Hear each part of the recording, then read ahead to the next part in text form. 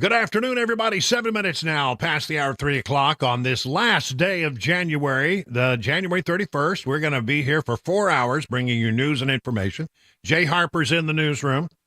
We got Chris Weber in the WTN mothership control room where it sounds. He's got all those blinky buttons there. It's like the bridge of the Starship Enterprise, really. Yeah, I just need Scotty to, help beam stuff up. Yeah, well, listen, it's a lot to keep up with. But, anyway, he's there and making sure that everything goes smoothly. Let's talk about what happened. I mean, this was, what a hearing. Sometimes rare moments on Capitol Hill where both Democrats and Republicans come together and say, you know what, there's something wrong about what's going on. And that happened today on the topic of social media platforms and their relationship with young people. A lot of young people on Facebook, on X, on TikTok, on Twitter. I mean, not Twitter. Yeah, Twitter. And all these different things. No, it used to be called Twitter. All these different platforms out there. And they're actively involved. And sadly, because they're not savvy, sometimes purveyors, they can find themselves caught up in horrible things where, people take advantage of them online. And it has led, people can be bullied online, all this kind of stuff. And the question is, what is social media doing to protect young people? Because there have been cases where people have committed suicide, and it's a horrible, horrible thing. And you can't sue the social media companies. They have, protection.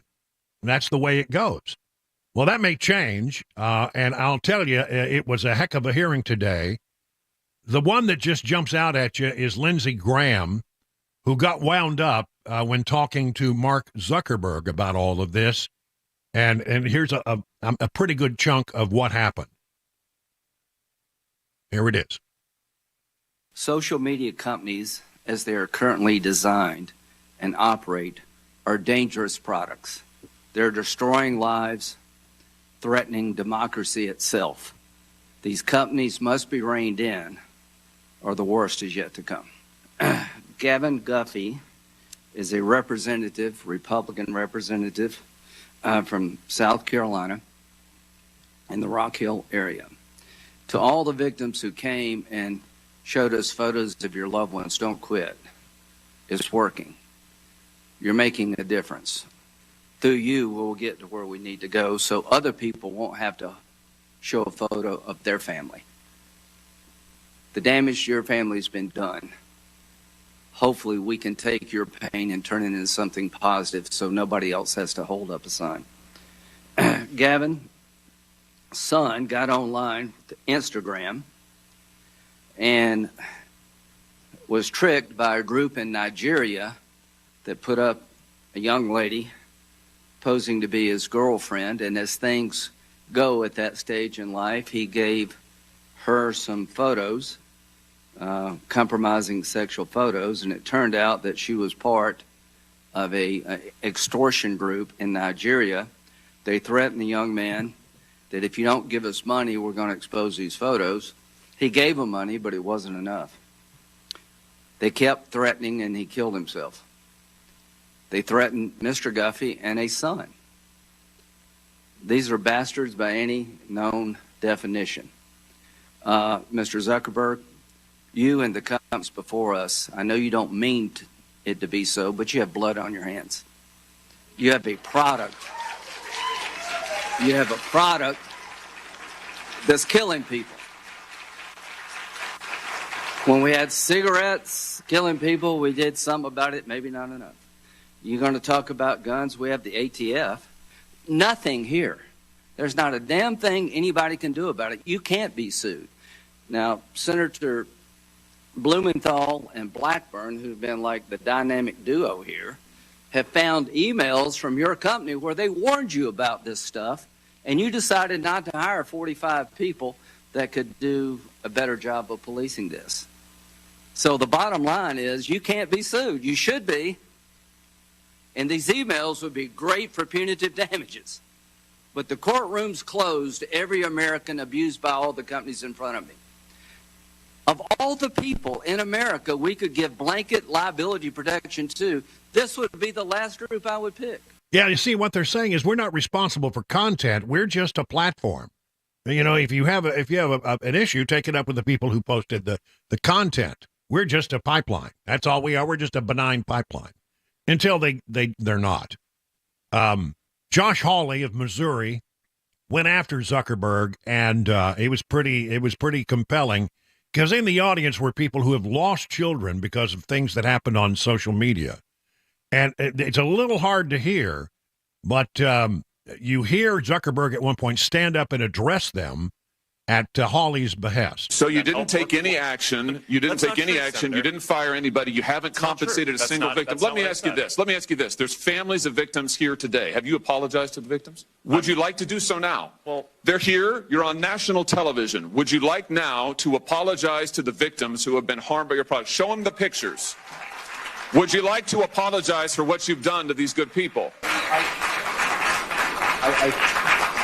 sorry for everything that you've all incredible. No one should have to go through the things that your families have suffered.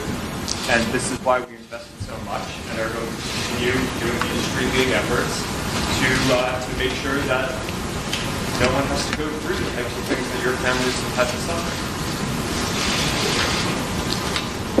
suffer. You know, why, Mr. Zuckerberg, why should your company not be sued for this? Why is it that you can claim, you hide behind a liability shield, you can't be held accountable? Shouldn't you be held accountable, is what he said.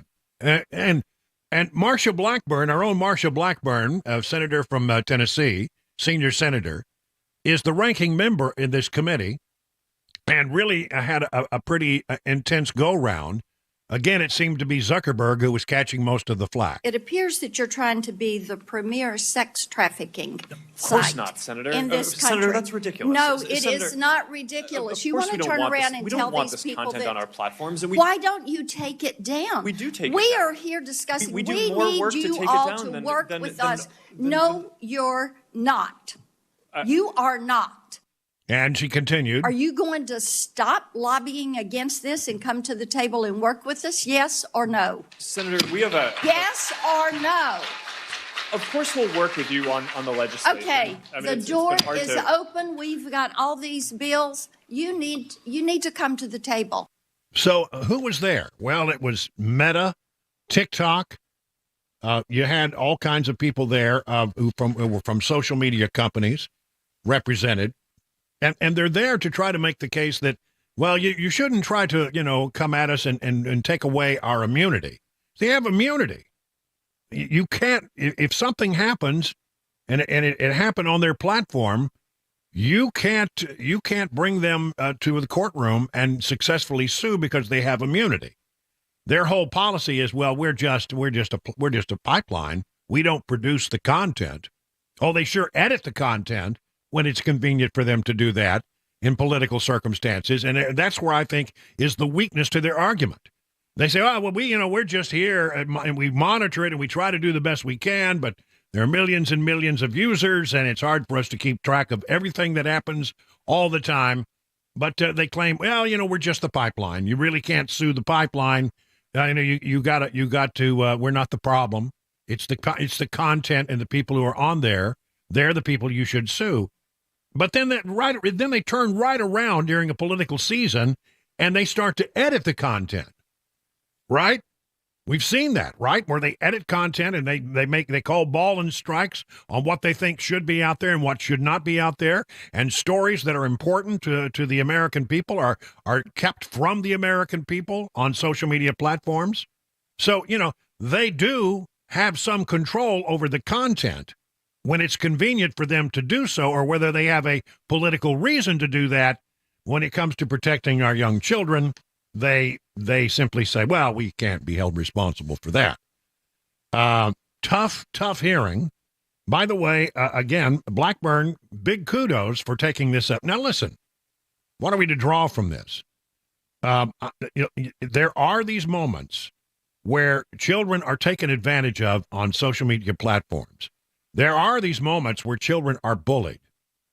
So I think the thing that I would say to you, if you're a parent within the sound of my voice, is you really need to think about whether or not your child should be on some of these social media platforms. I mean, they're all on the TikTok. I'm telling you, and there's all kinds of concerns about TikTok, and whether or not information is kept on Chinese servers about your kid and your family and all the person in your kid's contact list on their phone. That's a concern as well. But the question is, should your kid really be there?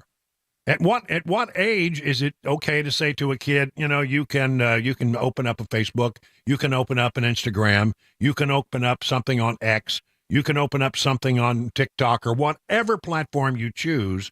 There's so many, it's hard to keep up with all of them. But you need to make sure your kid is ready for that. And then I would say to parents, your responsibility doesn't end there. I think you have a responsibility to keep tabs on what's happening on your kids' social media accounts. And if they are not willing to share what's happening on social media accounts, then I think they ought to be denied the opportunity to use those social media accounts. It has to be transparent within the family. Listen, most kids can get through this and not have any problem, but, really, honestly, this thing can spiral out of control very quickly.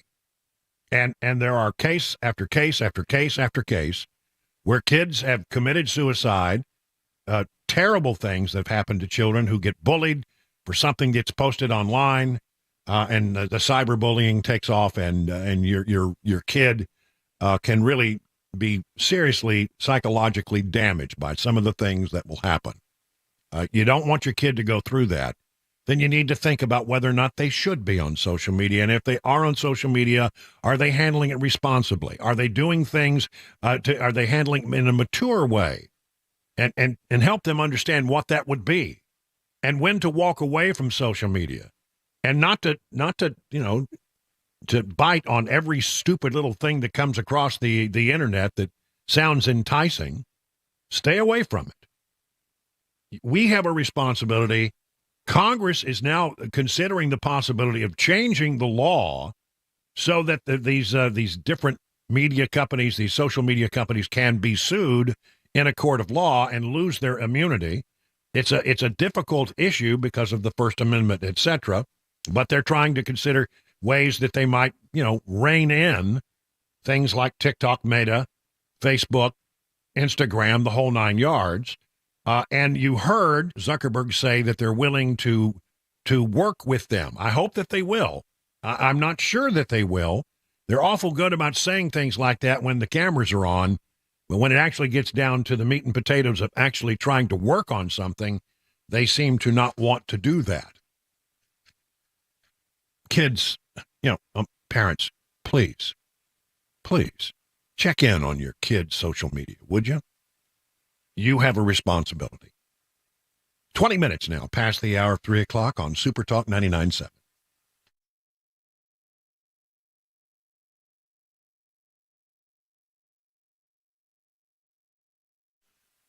Well, did you know Valentine's Day is on the horizon? That's right. February, 14th. That's right. Are you looking for one of the most thoughtful, most romantic gifts for the one you love this Valentine's Day?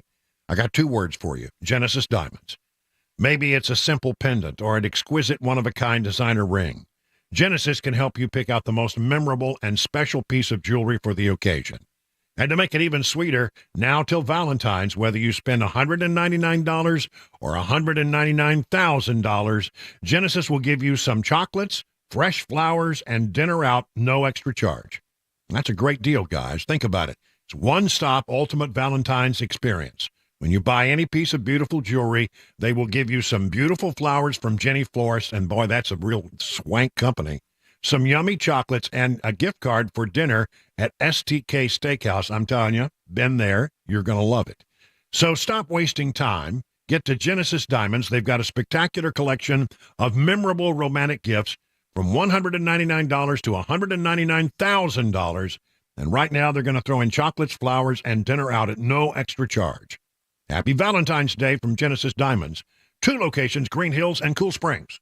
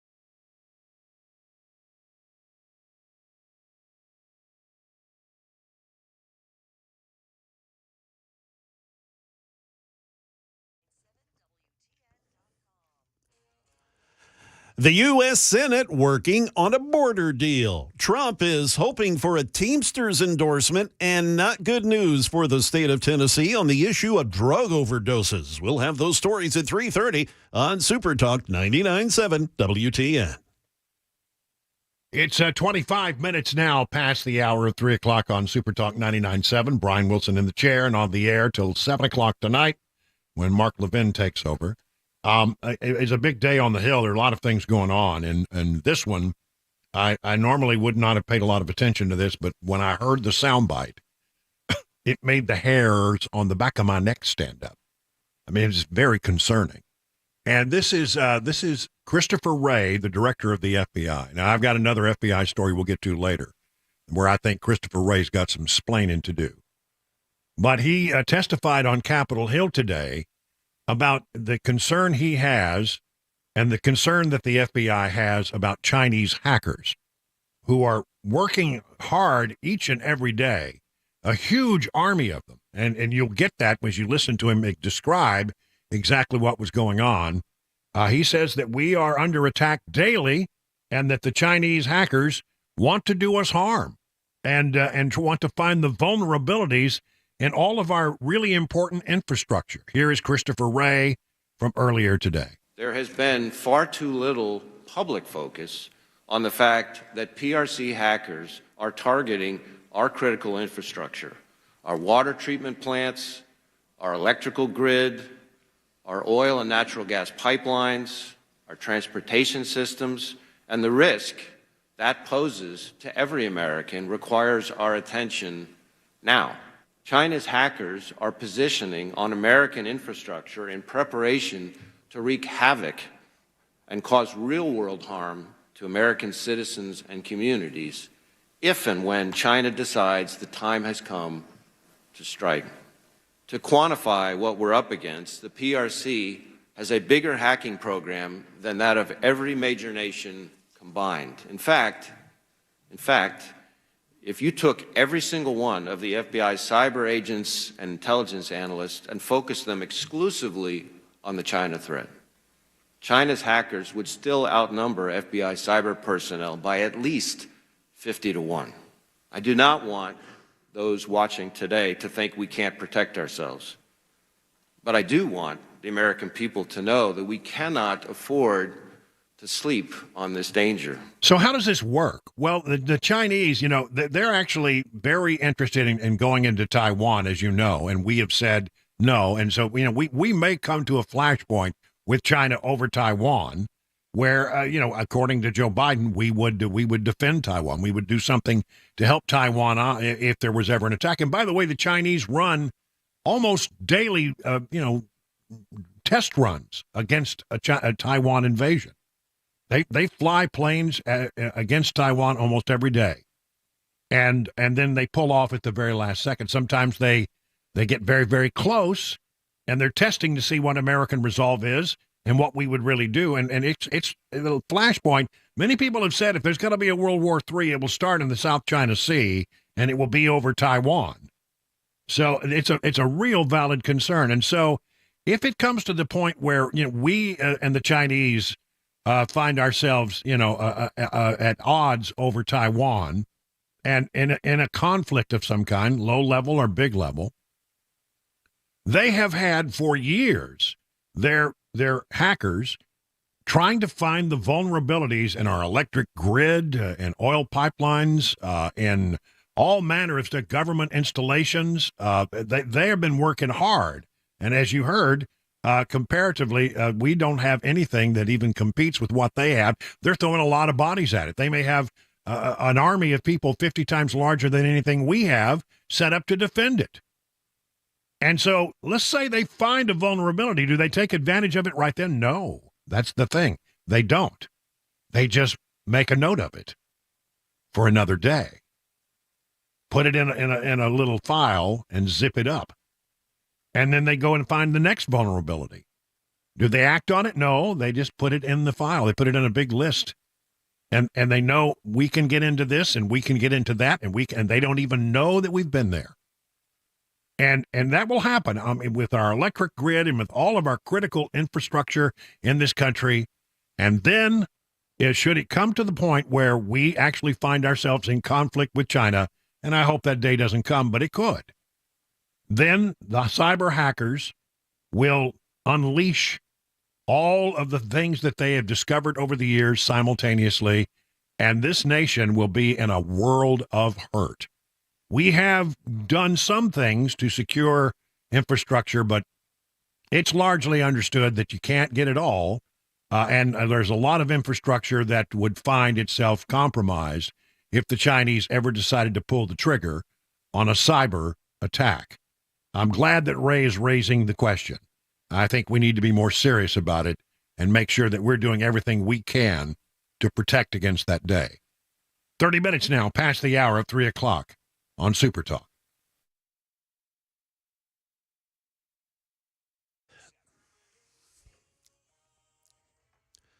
Good afternoon. It is indeed 3:30, and I'm Jay Harper with your top stories. We've got some sunshine, 49 degrees here in Nashville. The weather forecast and a traffic report are indeed coming up.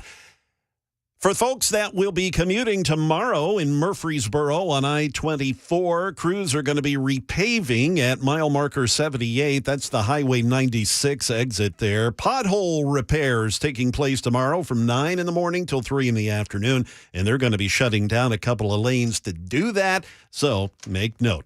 Senate negotiators working to reach agreement on a border deal, but don't have the bill text ready just yet.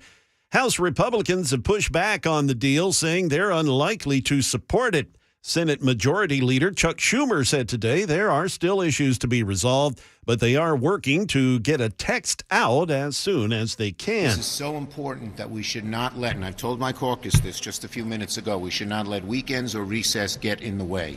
We've got to get this done. Former President Trump courting the Teamsters Union. While the Teamsters has traditionally endorsed Democrats, the former president did meet with Teamsters leadership for a roundtable discussion in Washington today. He's hoping to pick up what would be a huge endorsement, expressing confidence after meeting with union head Sean O'Brien. Mr. Trump sounded hopeful. I felt that, we have a good shot, I think. They like what I do. The latest statistics from the Centers for Disease Control and Prevention show that Tennessee ranks number 2 overall for overdose death rates in the country. The latest annual overdose report from the CDC says there were about 57 overdose-related deaths per 100,000 people in the state back in 2021. This ranks second most in the country, only behind West Virginia. They had about 91 deaths per 1,000 people. More than 3,800 people died from overdoses in Tennessee in 2021. The fight against the opioid crisis continues in the state, and it's unclear when new data will be released by the CDC or if the rate has gotten any better in the last 3 years here in Tennessee. That is the latest news. Weather and traffic, they're next. I'm Jay Harper, WTN News.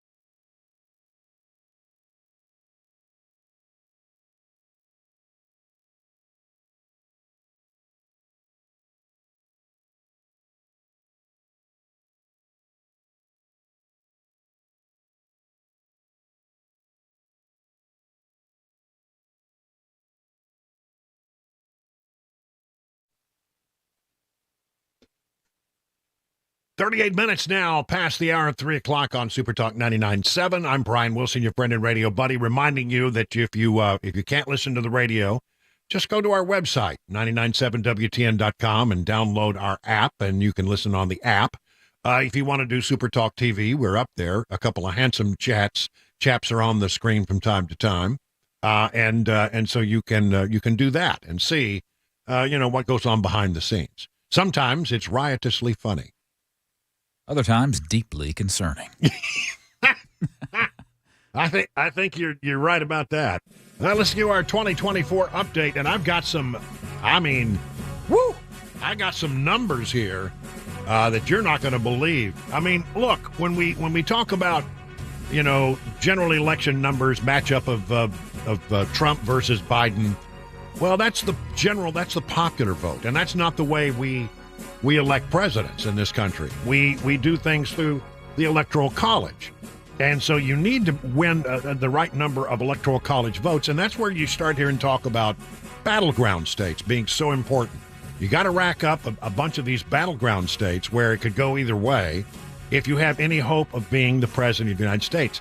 And as we know, it's possible to lose the popular vote but win the 270 Electoral College votes that you need to become the president of the United States. So where is Trump with regard to some of these battleground states?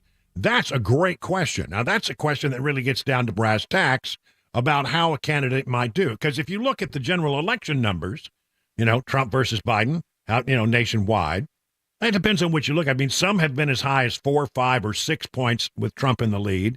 But the average is, I think, somewhere around 3 or 4, which is in the margin of error. That's popular vote. But let's drill down, shall we, on the battleground states and see how Trump is doing. And for that, we have a series of polls just conducted by the good people at Bloomberg. It's the Bloomberg Battleground Poll. And ladies and gentlemen, stand by for news. Arizona. Trump will win by 3 if this poll is correct. Georgia. Trump will win by 8 if this poll is correct. Michigan. I mean, there's no way that you can find 270 votes, I think, without going through Michigan. Trump leads by 5. Nevada. Trump leads by 8. North Carolina.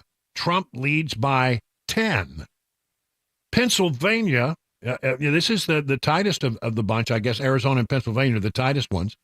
Trump leads by 3. And finally, Wisconsin, Trump leads by 5 over Biden. And now, there's not a single one of those battleground states that Bloomberg has Biden winning. If you're a Democrat, that is horrific and very troubling news. And again, I look at that and I say, if I'm a Democrat and I'm a power broker within the Democrat Party, am I going to stand by and allow Joe Biden to be the nominee and watch this thing go down the toilet? No, I don't think I would. I think I'd be working behind the scenes to have a plan at the convention. I just say, I still don't believe that Joe Biden will be the nominee, but I could be wrong. Now, that's just Trump versus Biden, Biden versus Trump.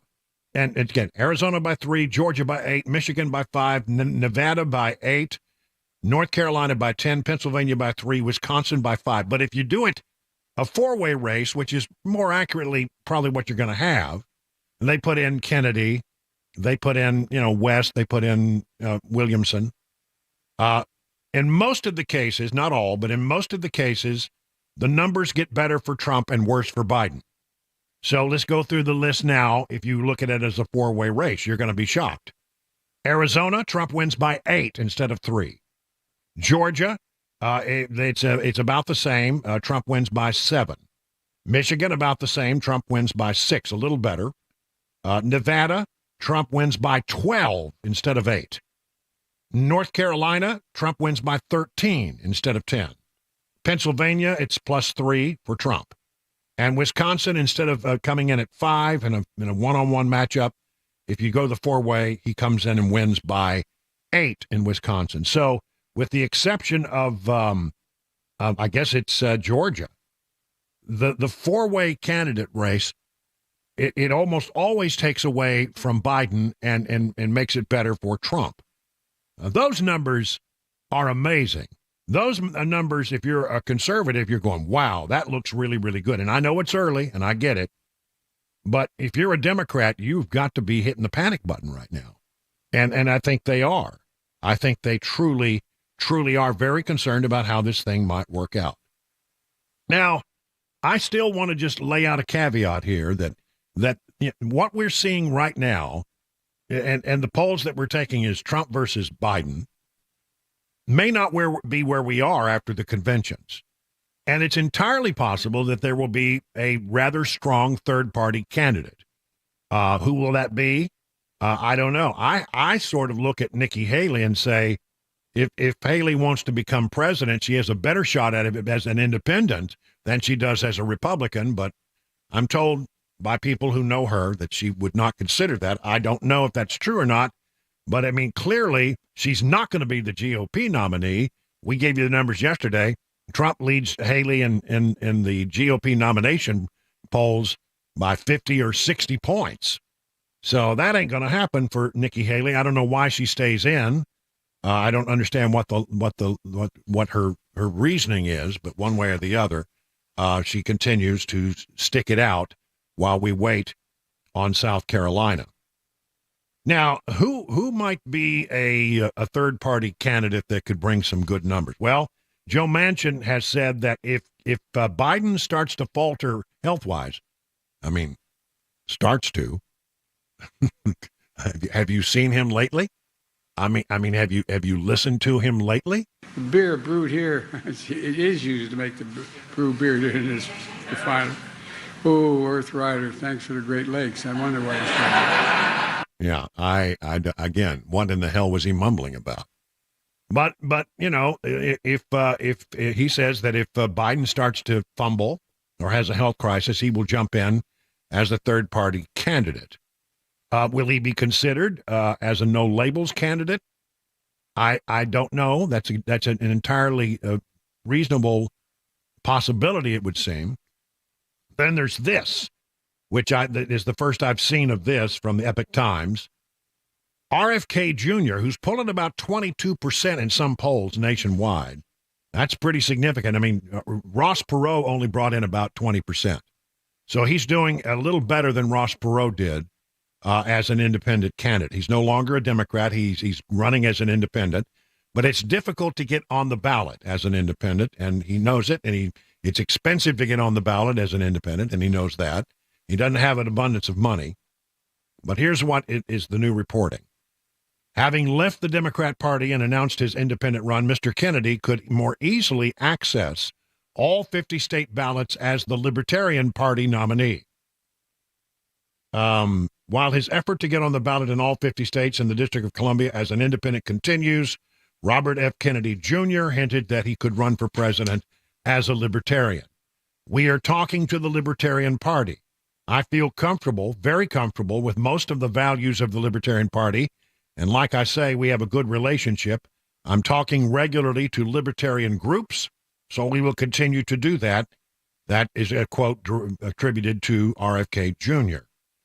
Angela McArdle is the chair of the Libertarian National Committee, and the party holds its national convention from May 24th through May 26th in Washington. And based on the comments from Mr. Kennedy and Ms. McArdle, the Epoch Times believes it's possible that Kennedy could be the party's presidential nominee. Unlike Democrats and Republicans, the Libertarian Party selects its nominee based on votes from registered delegates at the national convention. So it could be over in one day. Mr. Kennedy met with Ms. McArdle before he announced that he would run as an independent last October. Quote, this is a quote attributed to Ms. McArdle. We've had a lot of good conversations and we're on good terms, and I respect his decision to want to go independent. Libertarians really admire the strong position he took against mandates and lockdowns, and so we're going to stay on friendly terms and see what happens. Sounds like they're flirting there with each other. So he's not running as a Democrat. He's running as an independent. Maybe he becomes a Libertarian and he gets easily on the ballots in all 50, or more easily on the ballots in all 50 states. Is that something that could happen? Yeah, I think it could happen. So then you would have potentially, when this all falls out, you'll have a Republican nominee, which will be Donald Trump. You'll have a Democrat nominee, might be Biden, but I don't think so. I think they'll pull the plug at the convention and do something different. There's a lot of things that are going on that sort of give me the sense that he's not in it for the long run, but we'll see. And then you would have a Libertarian Party candidate, and that might be RFK. Then you'd have Marianne Williamson, you'd have West, and then what about the No Labels Party? I mean, this thing could get split a lot of different ways. And would Joe Manchin be the person running on the No Labels Party? And could he get on the ballots? He says, I don't need to worry about that until about Super Tuesday. That's what Joe Manchin says. So a lot of things out there, and I guess what I'm trying to say to you is, if you're following me here, is at the moment things look very good for Trump if the candidate is Biden, but Biden might not be the candidate, and we might have a whole bunch of other people in the mix. Do I still think he's in a strong position? Yes, but who knows what we're actually going to be facing as this year goes on. I'm telling you, we are not. It is not set in stone that it's going to be Trump versus Biden. It's going to be Trump versus somebody, and maybe a whole host of people, but it may not be Biden, and we may have a bunch of potentially viable third-party candidates. So what we see today changes hour by hour, minute by minute, depending on what some of these other candidates do and what they bring to the table, which is why you need to check in every day for our 2024 update. I promise you, this is going to be a rock and roll, maybe the most complex, wild election seasons that I have ever witnessed in the 40 years that I've been covering presidential campaigns. 51 minutes now past the hour of 3 o'clock on Super Talk.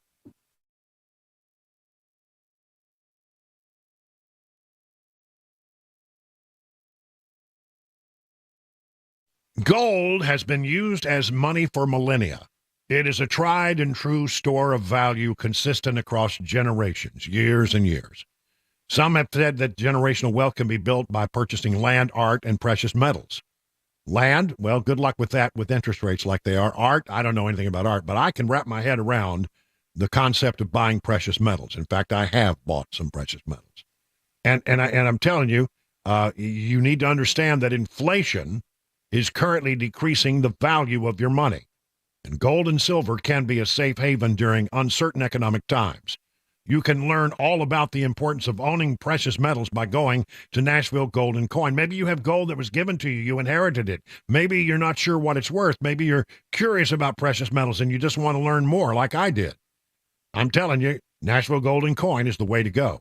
They're always available to discuss your options and educate you on the precious metal market. So do what I did. Go to Nashville's real money source, Nashville Gold and Coin, and you can learn more and set up your one-on-one appointment on their website, NashvilleGoldandCoin.com.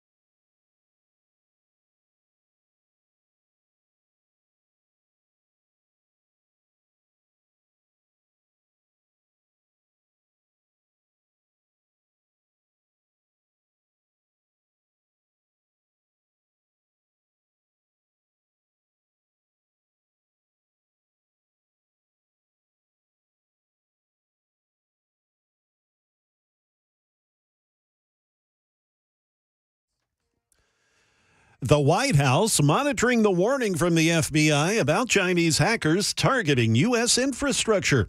And what is the status of interest rates? We'll let you know what the Fed has in mind. And the Tennessee Attorney General, he's filed a lawsuit against the NCAA, and we'll tell you why. Those stories coming up at the top of the hour on Super Talk 99.7 WTN. Thank you, Jay Harper. Appreciate it. Listen, the markets were not a good day. Not a good day at all. The screens are all vibrantly red.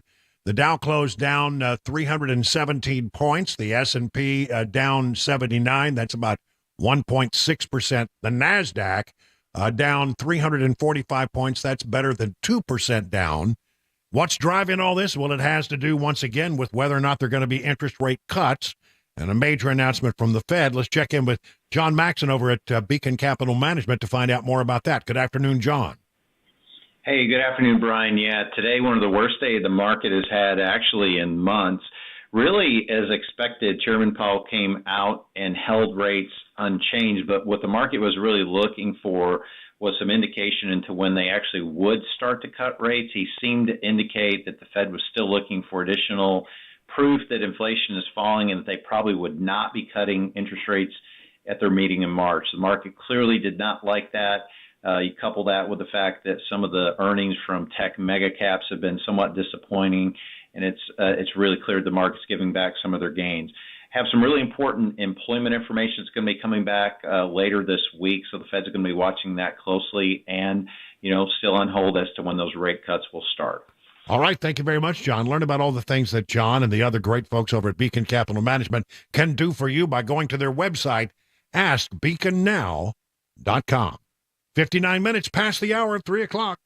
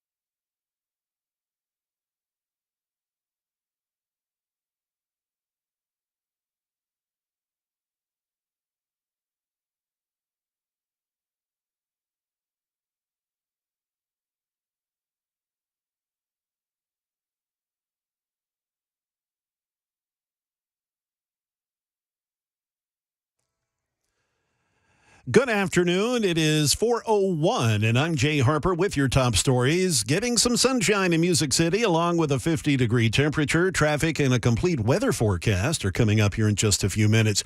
We are getting reports, several news sources indicating that Giles County schools are on lockdown in the city limits of Pulaski because of an active incident at the University of Tennessee Southern. Again, just beginning to get information on that. We'll keep you posted as the news comes in. The White House says it is monitoring the warning from FBI Director Wray about Chinese hackers preparing to target critical U.S. infrastructure. At today's White House briefing, National Security Council spokesperson John Kirby said the administration prioritizes cybersecurity. FBI Director Christopher Wray told Congress Wednesday that China is the, quote, defining threat of our generation, and every day China steals American technology and innovation. The White House says it's closely monitoring Wray's warning about Chinese hackers preparing to target critical U.S. infrastructure. National Security spokesman John Kirby. This is something we monitor very closely all the time, and we take all these threats seriously. You have to. That is ABC's Karen Travers reporting. Former President Donald Trump is weighing in at a delicate stage of the still ongoing Senate talks over border security as part of a Ukraine-Israel aid bill. ABC's Stephen Portnoy has the latest. The former president says Republicans should oppose the still emerging Senate deal, saying it would let too many asylum seekers into the country. This is a terrible bill. On Capitol Hill, top Senate Republican Mitch McConnell, who has championed the bipartisan talks, now sounds wary. Obviously, this is an incredibly challenging political discussion. McConnell says he favors making law when that's possible. But this bill? You're asking me a question I can't answer right now, which is what is the fate of it? No change in interest rates again. The Fed today announcing it's keeping them right where they are and where they've been for several months. Fed Chair Jerome Powell standing pat, keeping the 5.5% maximum interest rate for now, saying they could even start lowering them if economic growth and inflation reduction numbers continue. But the economy has surprised forecasters in many ways since the pandemic. The Federal Reserve goal is getting inflation down from the current 3.4% to just 2%. One day after the NCAA announced it was investigating the University of Tennessee for potential NIL recruiting investigations, the state's Attorney General Jonathan Skrmetti has filed a federal antitrust lawsuit against the NCAA. The AG alleges the NCAA harms student athletes by not allowing them to negotiate compensation for their name, image, and likeness, and preventing them from reviewing offers before enrolling in a school. Virginia is joining the volunteer state in the lawsuit, and they may seek an injunction suspending the rules. That is the latest news. Traffic and weather there next. I'm Jay Harper, WTN News.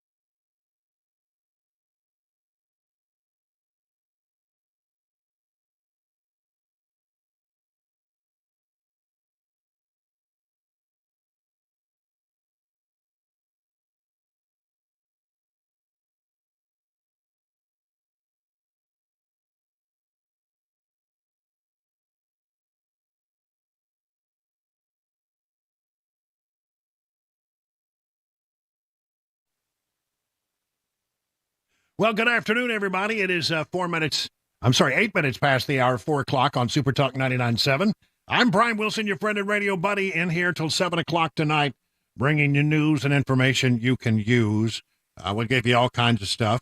We got Jay Harper in the newsroom. We got Chris Weber pushing all the blinky buttons there in the mothership. And, a moment of personal privilege, if you would please. I know that the people who listen to this radio station are pretty smart. I get that.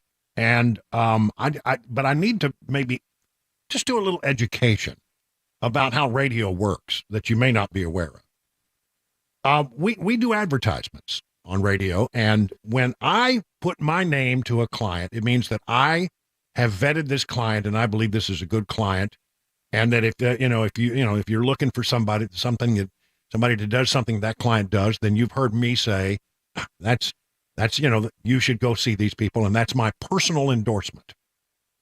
Sometimes we run promos about things that we are sponsoring.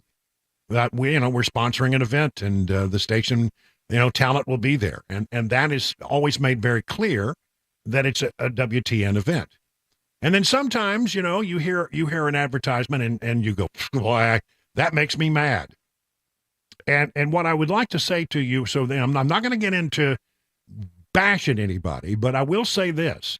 When you hear an ad that has especially sort of a political lean to it or a content to it, you need to understand that everybody is entitled to advertise, and we don't have the option of saying, especially with stuff that has political content, no, except in several very valid situations.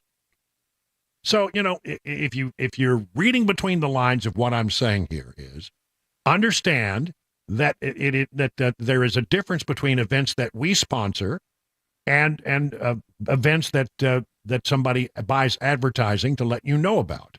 You can choose to listen to that particular advertisement or not, but I want you to understand that it does not signify an endorsement on the part of me or other people who work on this radio station. So, I hope that if you're alert, cunning, and sly, and I know most of you are, you know exactly what I'm talking about. All right? So, and I won't go into it again, but, we get a lot of blowback on the talkback line about certain things, and I wanted you to know that. So there you go. All right, let's talk a little bit about the situation at the border.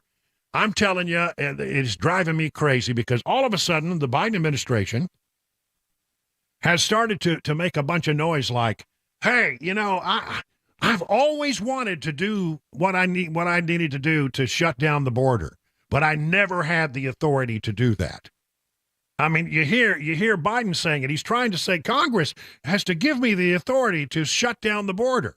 And he said it on the way to the helicopter the other day. Done all I can do. Give me the power. I've asked for the very day I got in office. Give me the border patrol. Give me the people. Give me the people, the judges. Give me the people who can stop this and make it work right. Well, the fact of the matter is that is a bunch of hooey. I'm going to just tell you what it is. And it's rather of them to try to make that argument because I'm telling you, that is just a bunch of BS. And you got Karine Jean-Pierre. She makes this comment almost every day from the White House briefing room. For years, they have refused to heed the president's request for action on much-needed funding for border security. Well, that little beep at the end was me, because that's what I would have said a dirty word at the end of that if I'd have been there. Right? I'm telling you right now, that again is pretty full of. She's wrong about that. She's wrong. I mean, well, let's put it this way. Did he ask for certain things when he became president? Yeah. Was he serious? Because there was no way what he asked for was ever going to be approved on Capitol Hill. It couldn't get the support of Republicans and a fair number of Democrats. It was dead on arrival. He wanted to say that he was doing something, but he really knew that the thing that he was asking for, which is more people to process paperwork, and but not actually stop people from coming across the border, that's what he wanted. And that was never going to be a starter. That was never going to work. Yet they keep trying to make this case. All of a sudden, they're making the case, well, it's the Republicans' fault. We want to fix this, but the Republicans won't let us. That is just horse manure. Unadulterated horse manure. The reason we have the crisis on the border can be traced to 94, I looked it up, 94 executive actions that Biden took when he became president of the United States, basically undoing the policies that were in place by the previous president that kept the border more in check. Was it perfect? No. Was it better? Yeah, way better. Way better. About 8 million people better. So for him to say that is so disingenuous. And I just hope that people are smart enough to know that this is not a Republican problem. The Republicans are trying to do everything they can to fix it, and they're trying to, come up with some kind of deal that will make them, start to enforce the border, and maybe there'll be a deal, maybe there won't be. I don't have a great deal of hope right now because it sounds like the deal is dead. But one way or the other, the Republicans have said, you've got to fix this. And they're actually in the process right now of impeaching Alejandro Mayorkas, the Secretary of Homeland Security.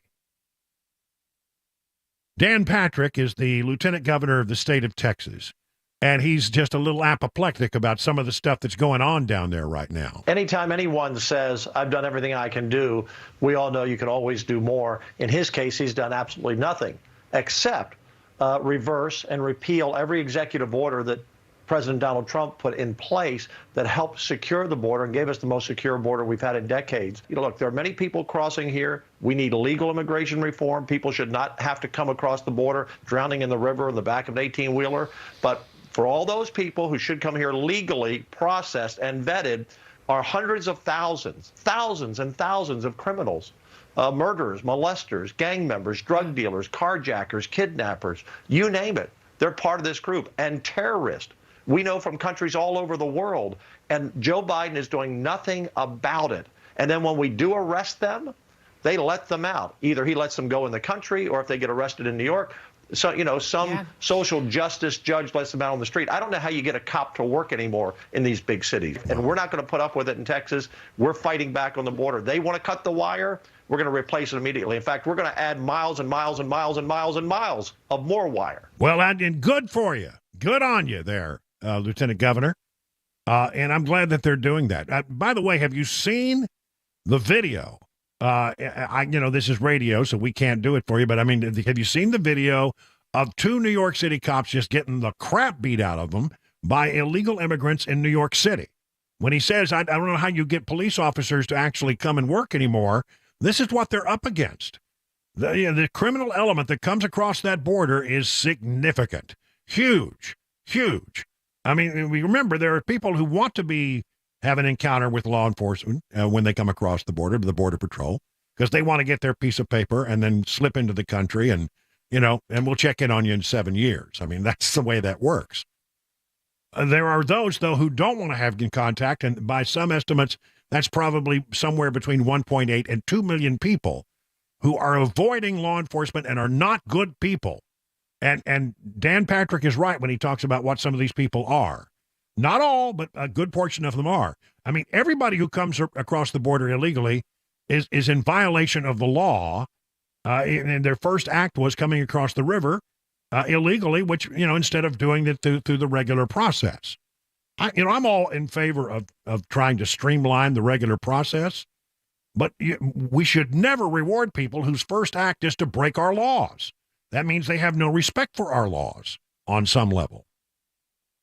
And, and this whole stuff about the Biden administration trying to say that somehow this is the Republicans' fault, it's laughable. The whole thing involving the deal. House Republicans have said, we're not going to give you any money for Ukraine. We're not going to give you any money for Israel.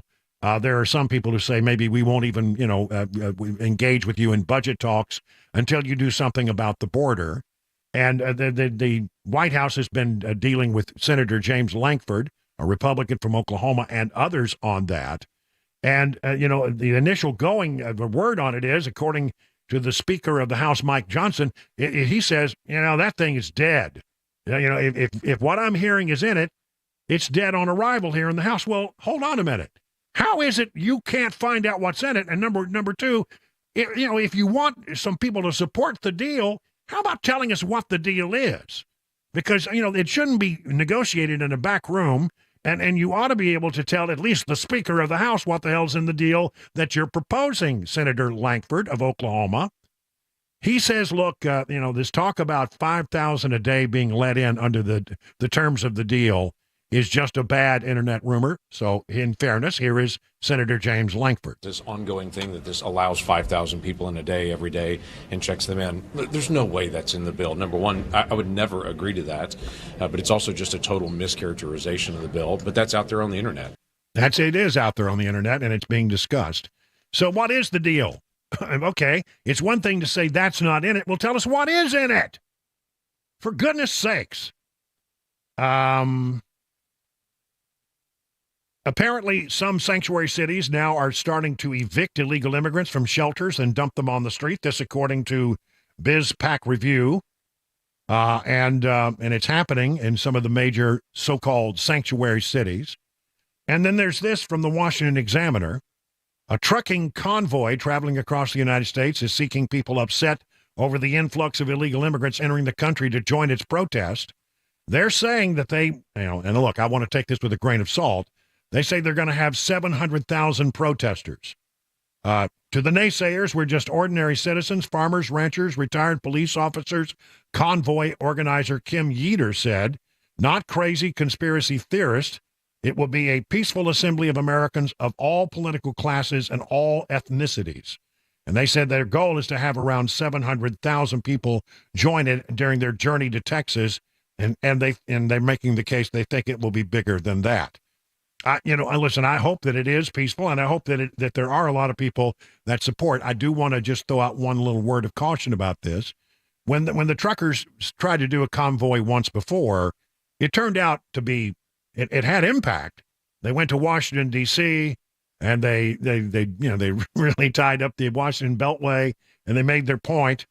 But at the same time, it was not near the size that they said early on it was going to be, and we just need to be honest about that. I hope that people are irritated enough to go and participate in this, but what we found out last time is a lot of truckers, their heart would be in it, for example, but they just can't afford to take the hit and walk away from the work for a while to go and be a part of that protest.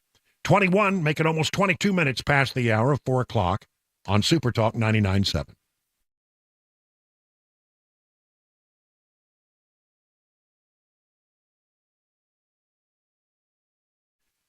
Valentine's Day is coming. If you're looking for the most thoughtful, most romantic gift for the ones you love this Valentine's Day, 2 words for you, Genesis Diamonds. Maybe it's a simple pendant or an exquisite one-of-a-kind designer ring. Genesis can help you pick out the most memorable and special piece of jewelry for the occasion. And to make it even sweeter, now until Valentine's Day, whether you spend $199 or $199,000, Genesis will give you some chocolates, fresh flowers, and dinner out, no extra charge. It's a great deal, guys. You get a wonderful piece of jewelry, really something that your loved one will remember. You get some beautiful flowers from Jenny's Flowers, some yummy chocolates, and a gift card for dinner at STK Steakhouse. If you haven't been, let me tell you, that's pretty swank. So stop wasting time. Get to Genesis Diamonds. They've got a spectacular collection of memorable romantic gifts from $199 to $199,000.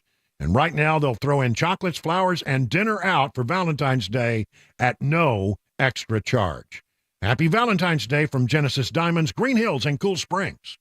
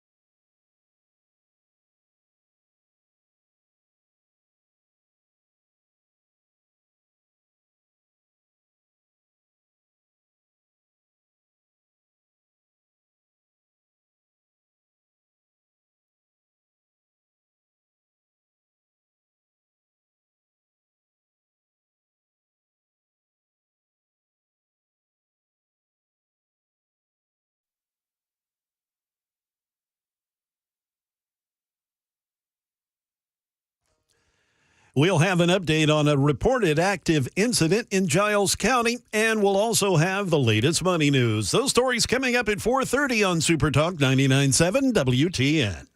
It is 26 minutes now past the hour of 4 o'clock on Super Talk 99.7.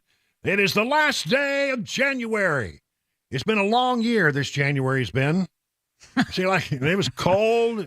I'm glad to see it, going out the door. Well, don't speak too soon. Well, I mean, still got a ways to go. We still have to, decide what that rodent has to decide what our winter is going to be. What is it, on February 2nd? Yep. And we'll be playing, of course, as we always do, Sonny and Cher. They say you're young and we don't know. Yeah. You don't remember I saw that movie not long ago, Groundhog Day. It is still a great movie. Oh, yeah, absolutely. It is a killer good movie. Maybe the best thing that Bill Murray ever did. What an unusual concept for a movie, and it just works. You know, it really works. Very funny. It's funny even when you've seen it 3 or 4 times. It's right up there, maybe in my top 5 favorite movies. Of course, number 1 is Airplane. Well, that goes without saying. I mean, that goes without saying. Funniest movie ever. Well, yeah, well, at least guys think so. Okay, let's do this right here. All right.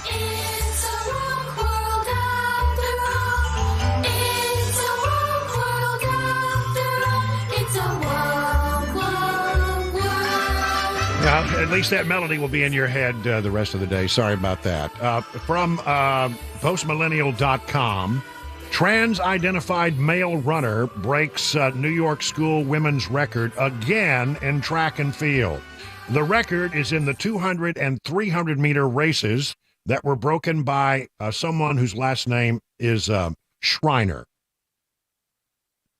Schreiner now goes by Sadie, formerly known as Camden. So at a track and field meet held on Friday in Rochester, New York, a trans-identified male runner with the Rochester Institute of Technology broke 2 school women's records that were previously held by the student. Sadie Schreiner, as this individual would like to be addressed, placed first in the women's 200 and 300-meter races with a time of 25.27 in the 200 and a time of 40.78 in the 300. The 300-meter race was over 2 seconds ahead of the first female runner, and the 200-meter race time was 1 second ahead. For comparison, and this is what you really got to look at, Schreiner's times would have placed the athlete in 18th place in the men's 200-meter race and 10th place in the men's 300-meter race. Schreiner, formerly known as Camden, competed on December 8th, 2023, at a track meet in Nazareth University in New York, taking first place and setting the record of 41.8 in the women's 300-meter race. In response to the win, Riley Gaines, who we all know around here, a former University of Kentucky swimmer who had to compete against trans-identified male Leah Thomas, wrote, "That thing that never happens, happened again. Women's records mean nothing if they are set by men." Again. In what universe is this fair to young women athletes? Somebody needs to explain this to me. 30 minutes past the hour of 4 o'clock.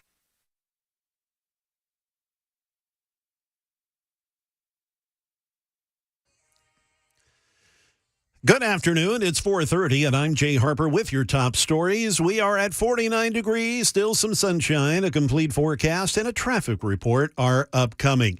Giles County officials have given the all clear. There was a report earlier of an active shooter on the campus of the University of Tennessee Southern.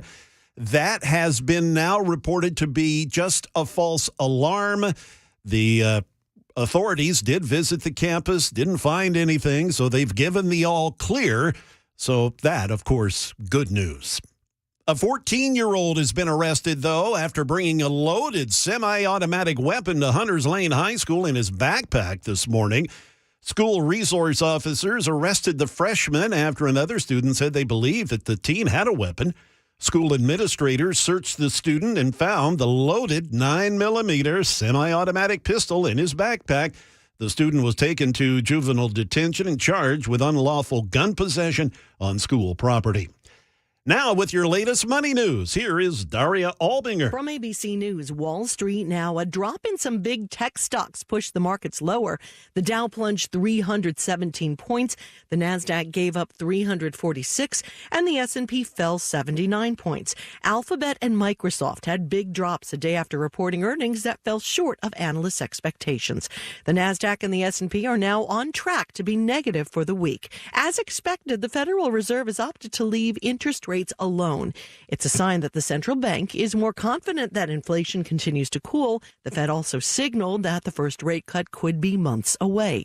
Pay and benefits for America's workers slowed last quarter, rising just 0.9%, down from 1.1% in the third quarter. A federal judge has dismissed the Walt Disney Company's free speech lawsuit against Florida Governor Ron DeSantis, leaving the company's remaining hopes of gaining control of the district that governs Disney World to a separate state court challenge. Disney is a parent company of ABC News.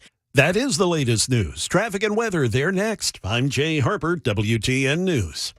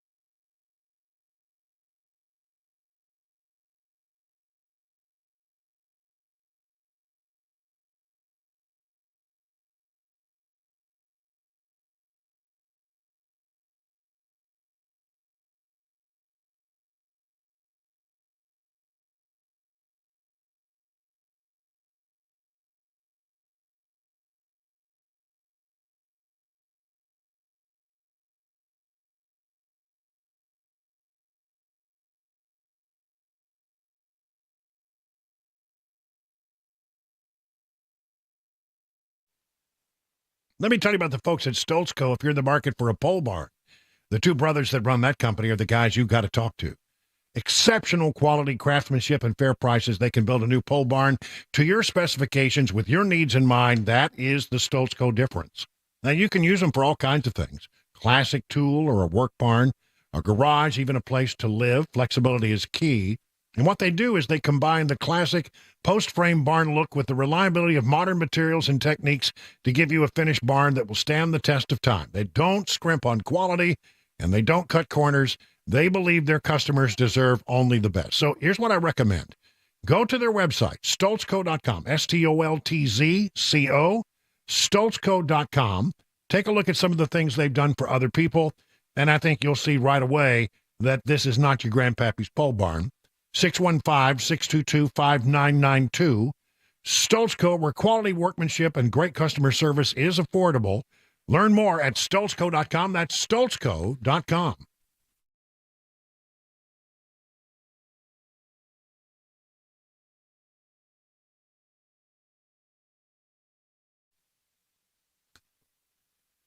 It's 37 minutes now past the hour of 4 o'clock on Super Talk 99.7. I'm Brian Wilson, your friend and radio buddy, and I'll be here till about 7 o'clock, where Mark Levin will come in and take over in the evenings, as he always does. And so there's a lot of things going on in the news today.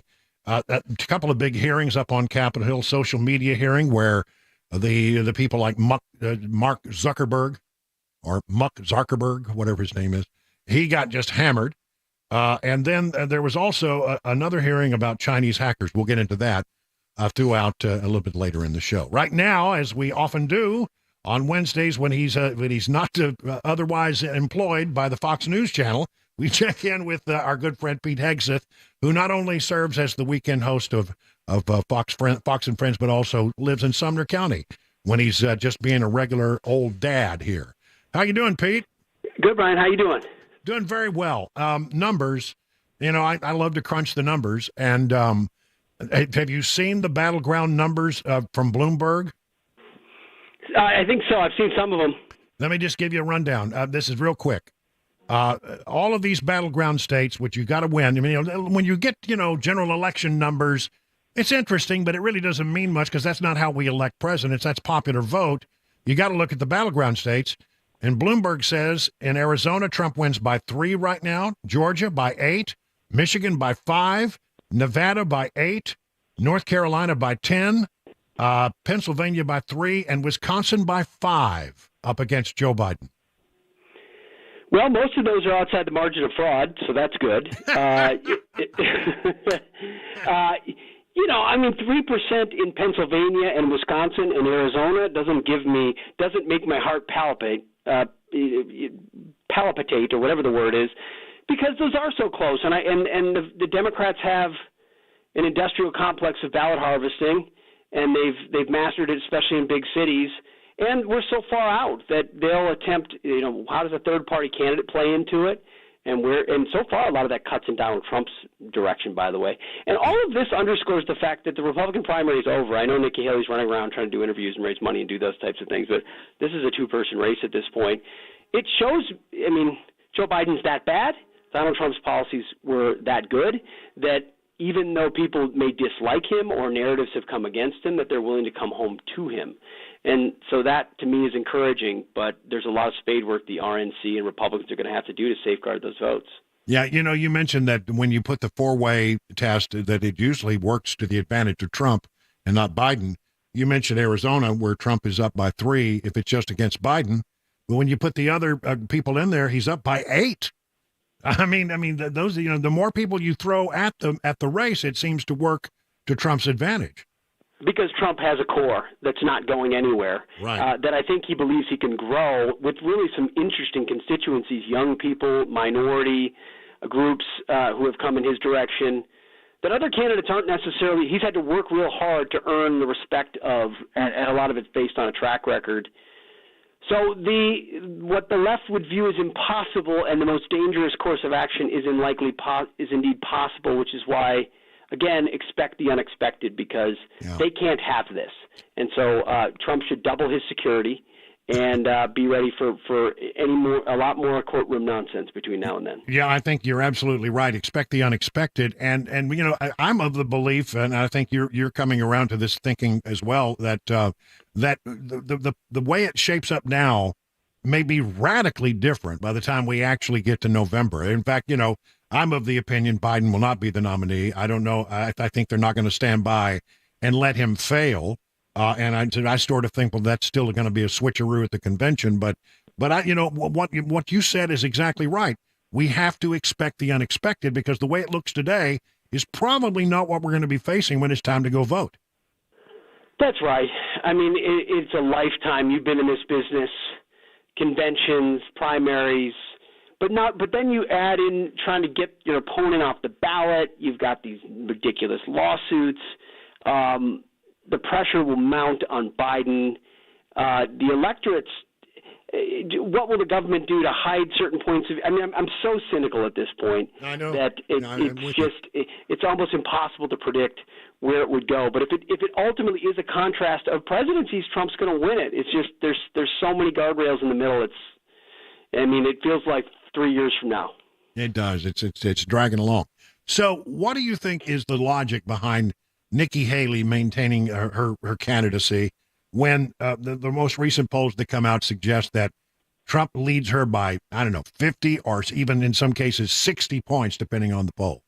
Yeah, I think there's a lot of ego and vanity in politics. I think sometimes we undercalculate that the stubbornness of candidates and their donors to quit. I also think she is, like every other candidate, at some level, the entire premise of her candidacy at this point is to be the last one standing should Trump fall. And so staying, which is so foolish considering everything he's been through, and he's still at the top and rising.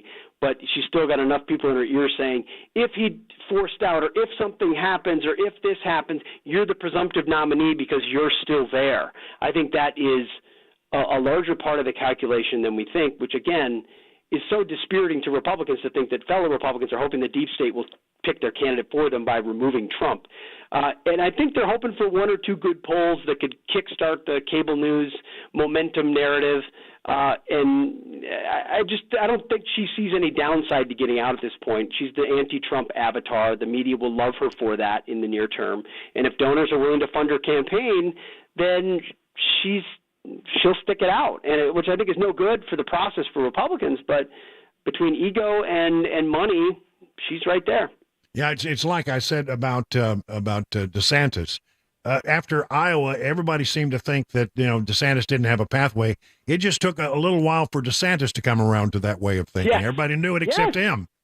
Yes, and she's now latched onto a lot of these sort of really strident anti-Trump messages, and the fellas are trying to block me out, and I think a lot of it becomes interpersonal, and so the bubble's strong enough that she can live inside it, and so I don't think she'll get out before South Carolina, even though she should.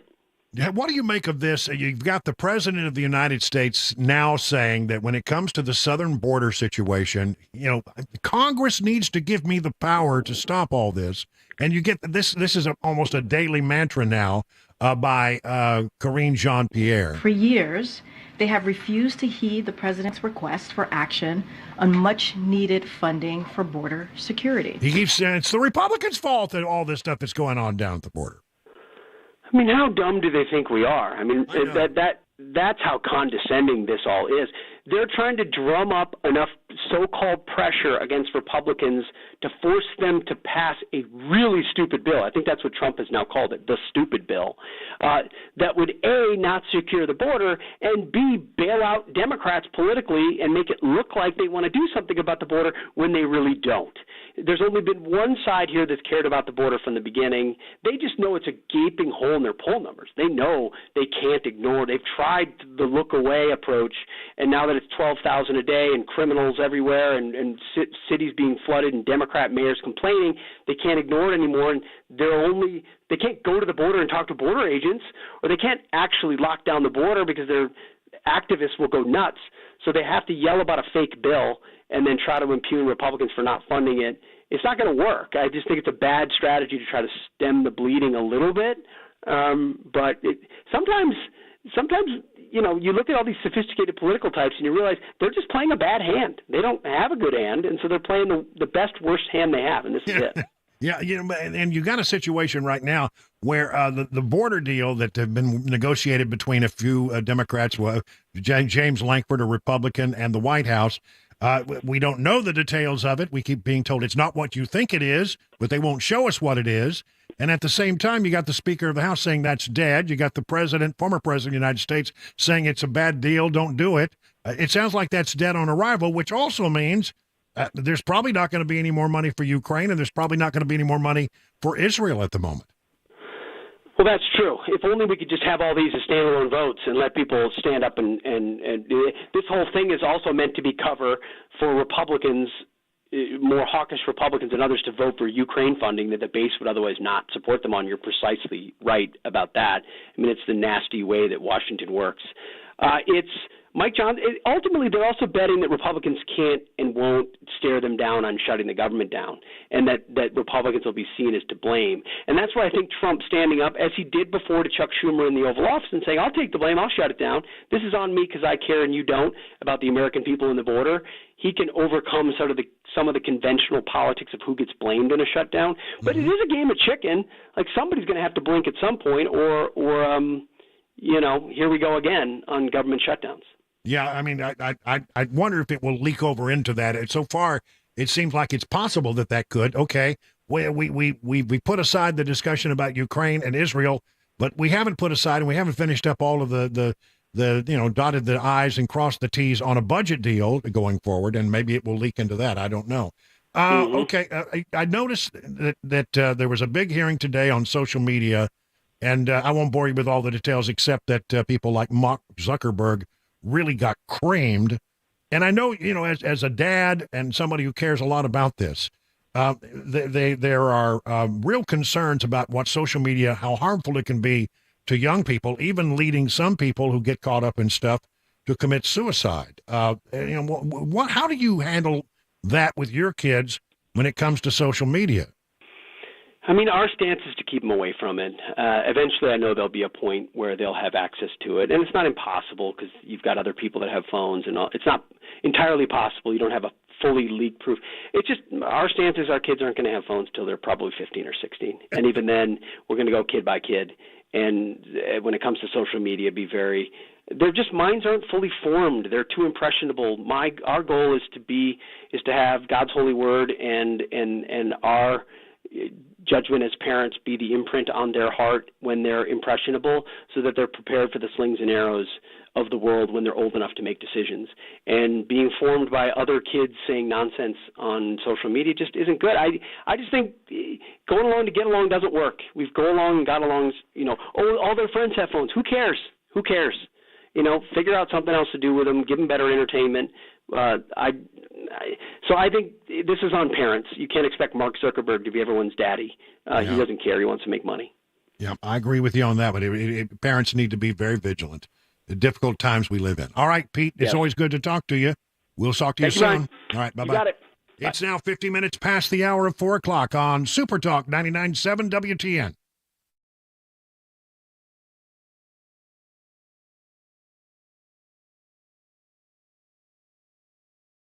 Well, it was a rough day on the market today. I don't know if you looked, but how are you faring in this rough and tumble market? The experts at Beacon Capital Management understand it can be scary, but here's the thing. Beacon Capital Management has a plan to assess where you are and help you make any mid-course corrections that might be needed as you get closer and closer to your retirement. I mean, wouldn't it be great to have peace of mind that you're on the right path? Beacon can provide you that reassurance. It starts with a simple phone call. 615-488-9303. Now, I'm going to give that number several times, so write it down.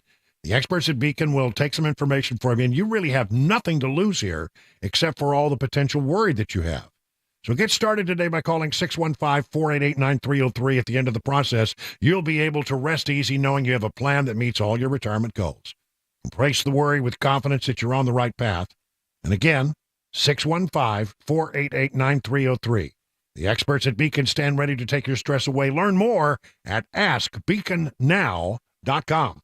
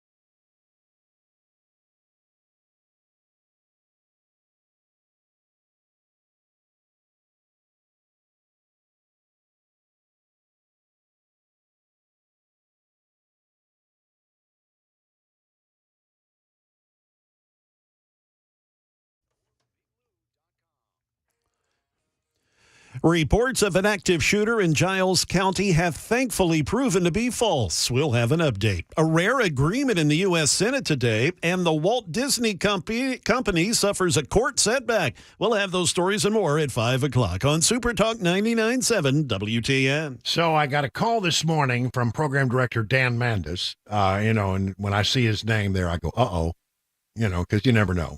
What did I do now? What did I do now? That's right. But he said, hey, listen, I got this message from a listener saying that his thoughts and prayers were with Brian Wilson today.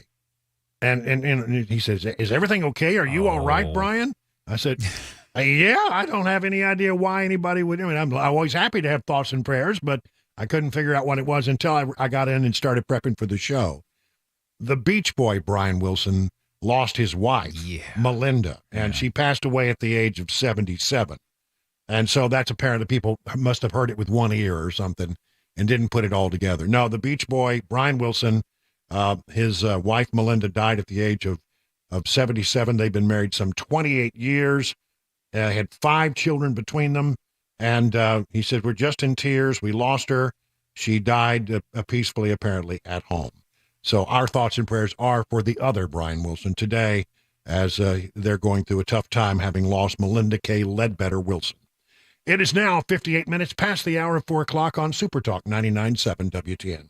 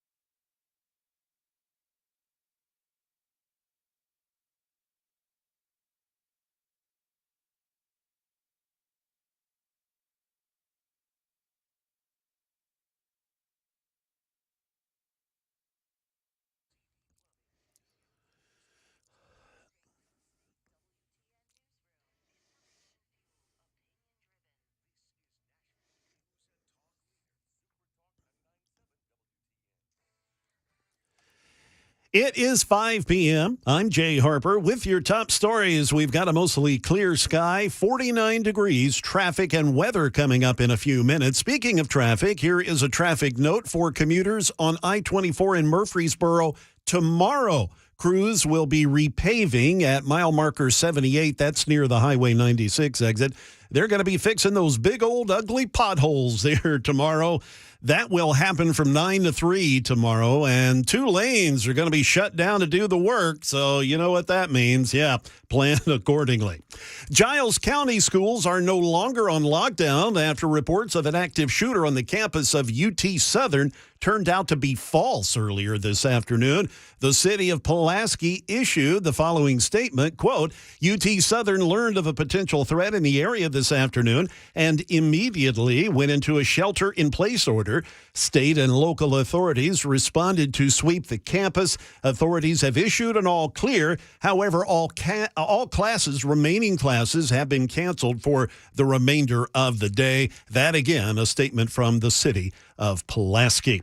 Rare agreement in the Senate today. Leaders of both parties are saying time's running out to send more help to Israel and Ukraine. Here's ABC's Andy Field. House and Senate Republicans have tied fixing the U.S. southern border to any additional overseas military aid. Republican leader Mitch McConnell says they need the deal now. Two friends in the middle of a huge fight, Israel, Ukraine. And Democrat Chuck Schumer says his side is pushing to get it all done. Ukraine, Israel, humanitarian aid, Indo-Pacific border together.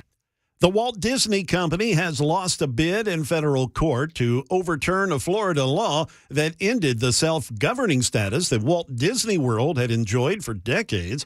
The state enacted the law after the company publicly opposed a move to limit discussion of sexual orientation and gender identity in Florida classrooms. ABC's Stephen Portnoy has this. The parent company of ABC alleged it was punished by the state of Florida for voicing opposition to a parental rights and education law labeled by critics as the Don't Say Gay bill.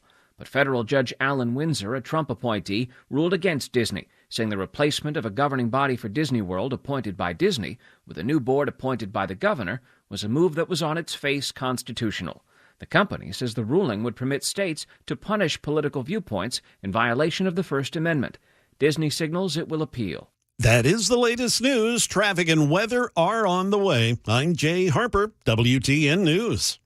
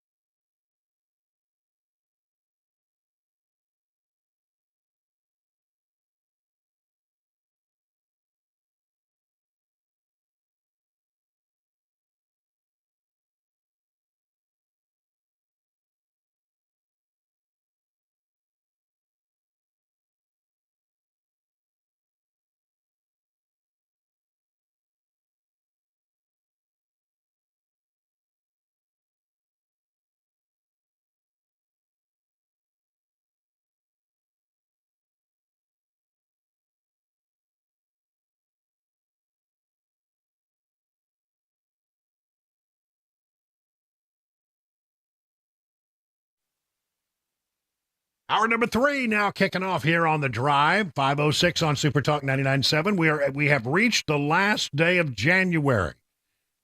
January's been a long year. Been a long year so far, that's for sure.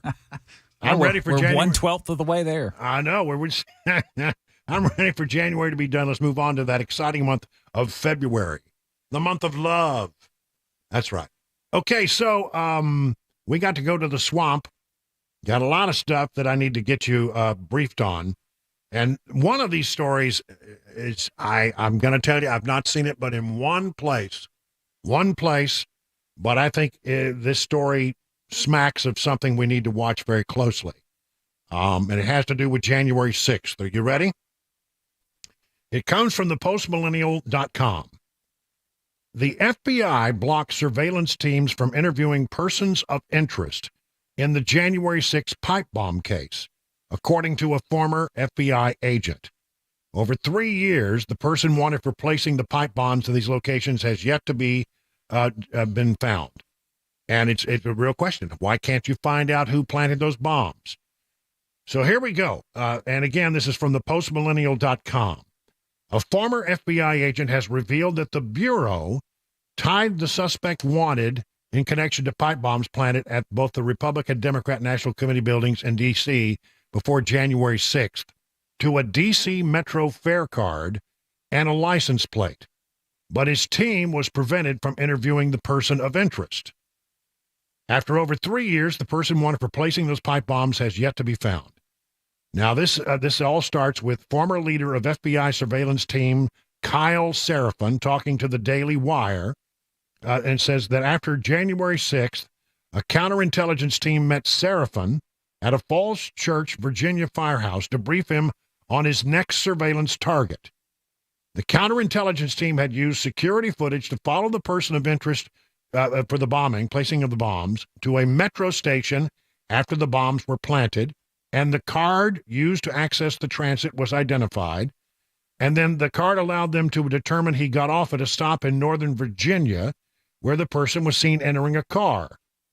The card and the car were allegedly registered in the name of a retired Air Force Chief Master Sergeant that was now working as a contractor, and this individual, we are told, had security clearance. Seraphin said he and his team were assigned to stake out the person of interest row house for several days, but the FBI had blocked a request to interview the person. He said they then called off the person of interest completely, and instead told them to look through leads on minor January 6 participants. Allegedly, someone dropped the bombs around the Capitol, which could have killed congressmen or a busload of people. The answer is you can't follow this guy around, and you have to go to headquarters and read leads where someone might have gone to high school with some guy that was standing around the Capitol. In other words, he was told, forget the guy that we tracked with the Metro card, forget the guy that we tracked, we have his license plate number. Look at these minor people who probably had nothing to do with it. The bomber definitely wasn't the same person. I'm sorry, the bomber wasn't definitely the same person of interest they had tasked to watch. Adding that it was a highly specific lead that could have had a good chance of leading investigators to the suspect. They found people based on their earlobes that were hanging out by a flagpole. Seraphin said of the FBI looking for suspects at the Capitol on January 6th. And when they had the World Trade Center bombing in '93, they went under 4 stories of rubble and were able to find a partial VIN number that they used to track down the people responsible. And you're telling me you had a pristine, non-detonated bomb and they couldn't find anything on it? Earlier in January, it was revealed that a plainclothes officer had discovered the bomb at the DNC headquarters and was seen leisurely walking to a patrol vehicle to converse with the occupants as well as the Secret Service to reportedly tell them of his discovery. So again, this is from the Millennial.com. Apparently the Daily Wire has some information on this as well. Something doesn't smell right. You had a good lead and you're told not to follow it. FBI has some things they need to explain about that, it would seem to me. Joe Biden, I'm not making this up, is now apparently going to go to East Palestine, Ohio. Saturday marks the one-year anniversary of the toxic train derailment in East Palestine. The people of East Palestine have been snubbed by President Biden since the derailment happened.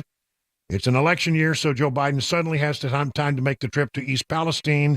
Since the derailment, Biden promised to visit, but usually said when asked by reporters that he's busy. The White House had a standard answer that Biden would go when he found some time to do so. However, through all of 2023, Biden visited places all around the country where natural disasters and other events that negatively affected communities happened, but he didn't have time to go to East Palestine. It's solidly Trump company. It's impossible to keep politics out of the story. Trump won the county by 72% in 2020, and Joe Biden has traveled to Ohio many times but never found the time to make a stop in East Palestine. So there you have it. Apparently, they say they've been invited. I think they would have been welcome any time they wanted to go, but he wouldn't go. He simply would not go. Now, in an election year, sounds like he's going. Big hearing today on Capitol Hill about Chinese hacking.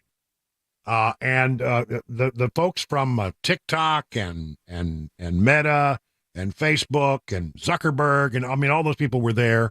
All of the major players in the social media world were there, and they got their butts handed to them because they feel like the people on Capitol Hill holding this hearing, which, by the way, Marsha Blackburn was a very important part of setting up this hearing. She's the ranking Republican in that committee. It is a Democrat-controlled Senate, but she's the ranking Republican. And by the way, this was bipartisan. Democrats and Republicans both coming at these social media platforms for not protecting children. Probably the most poignant moment came when Lindsey Graham took the microphone. Social media companies, as they are currently designed and operate, are dangerous products. They're destroying lives, threatening democracy itself. These companies must be reined in, or the worst is yet to come. Gavin Guffey is a representative, Republican representative from South Carolina in the Rock Hill area. To all the victims who came and showed us photos of your loved ones, don't quit. It's working. You're making a difference. Through you, we'll get to where we need to go so other people won't have to show a photo of their family. The damage to your family has been done. Hopefully we can take your pain and turn it into something positive so nobody else has to hold up a sign. Gavin's son got online to Instagram and was tricked by a group in Nigeria that put up a young lady posing to be his girlfriend, and as things go at that stage in life, he gave her some photos, compromising sexual photos, and it turned out that she was part of a extortion group in Nigeria.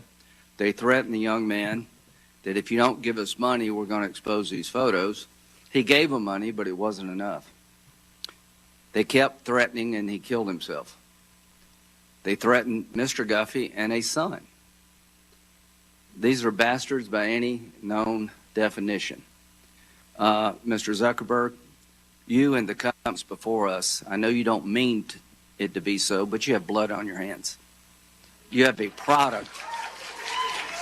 You have a product that's killing people. When we had cigarettes killing people, we did some about it, maybe not enough. You're going to talk about guns, we have the ATF. Nothing here. There's not a damn thing anybody can do about it. You can't be sued. Now, Senator Blumenthal and Blackburn, who've been like the dynamic duo here, have found emails from your company where they warned you about this stuff, and you decided not to hire 45 people that could do a better job of policing this. So the bottom line is you can't be sued. You should be. And these emails would be great for punitive damages. But the courtroom's closed to every American abused by all the companies in front of me. Of all the people in America we could give blanket liability protection to, this would be the last group I would pick. Well, that may change. Marsha Blackburn says that she wants to work with these social media companies But it was a pretty tough grilling. It appears that you're trying to be the premier sex trafficking Of course site not, Senator. in this country. Senator, that's ridiculous. No, Senator, it is not ridiculous. Of You course want we to don't turn want around this, and we tell don't want these this people content that. on our platforms, and Why don't you take it down? We do take it We down. are here discussing. We do We more need work to you take it all down to than- work than- with than- us. No, you're not.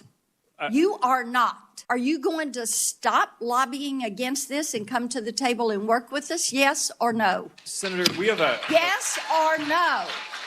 Of course, we'll work with you on the legislation. Okay, I mean, the it's door been hard is to- open. We've got all these bills. You need to come to the table. All right, so we'll see if they come to the table. Finally, there was also in Washington today a pretty concerning session with Christopher Wray, the FBI director, talking about a problem that they've uncovered with Chinese hackers and coming after our infrastructure in America. There has been far too little public focus on the fact that PRC hackers are targeting our critical infrastructure, our water treatment plants, our electrical grid, our oil and natural gas pipelines, our transportation systems, and the risk that poses to every American requires our attention now. China's hackers are positioning on American infrastructure in preparation to wreak havoc and cause real-world harm to American citizens and communities if and when China decides the time has come to strike. To quantify what we're up against, the PRC has a bigger hacking program than that of every major nation combined. In fact, if you took every single one of the FBI's cyber agents and intelligence analysts and focused them exclusively on the China threat, China's hackers would still outnumber FBI cyber personnel by at least 50 to 1. I do not want those watching today to think we can't protect ourselves. But I do want the American people to know that we cannot afford to sleep on this danger. It's very concerning that we're outnumbered 50 to 1 on people who are working this issue when China has so many people and they're working every day. And do they attack us every day? No, but they probe us every day. They're out there looking around and finding out where the weaknesses are in our infrastructure systems. And then when they find one, they just bookmark it. Oh, here's a way we could get into this particular water plant. Here's a way we can get into this particular oil pipeline system. Here's a way we can get into the electrical grid in this part of the country. They just mark it. And if we ever get into a conflict like we may one day get into with China with regard to Taiwan, they pull the trigger on all of that stuff. And we'll be in utter chaos as system after system after system fails. And who knows what kind of things they've been able to do to compromise our governmental systems, our military systems. They've got a lot of really smart people working on this stuff, and we are doing the best we can, but I have a feeling that we won't really know how good they are until the worst possible moment when we really need our systems to work. This is something to be very concerned about. And again, Christopher Wray sending up the flare. It's 20 minutes past the hour of 5 o'clock.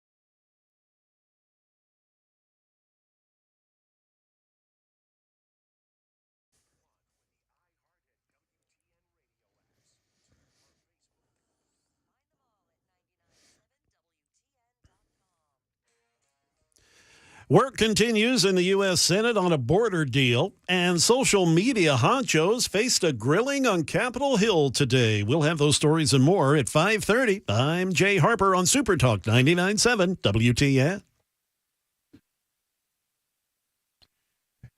A little Second Amendment news for those of you who care deeply about your Second Amendment rights, things to be aware of from the Epoch Times again today. The Biden administration, I got two stories on this, a couple of them, and they're all sort of saying the same thing.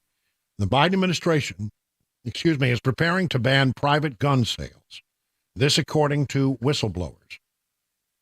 Federal agency has drafted document that would require background checks for even person-to-person sales. President Joe Biden's administration, according to the Epoch Times, has drafted a document that would effectively ban private gun sales by requiring background checks for all transactions, even those made between private citizens, according to a whistleblower group. The U.S. Bureau of Alcohol, Tobacco, Firearms, and Explosives drafted the 1,300-page document, which provides legal justification for a proposed rule that would require background checks for all gun sales, empower oversight whistleblowers, and research said in a letter they sent out at the end of January, sent out today, actually. The document was drafted at the direction of the White House, according to two whistleblowers who communicated with the organization.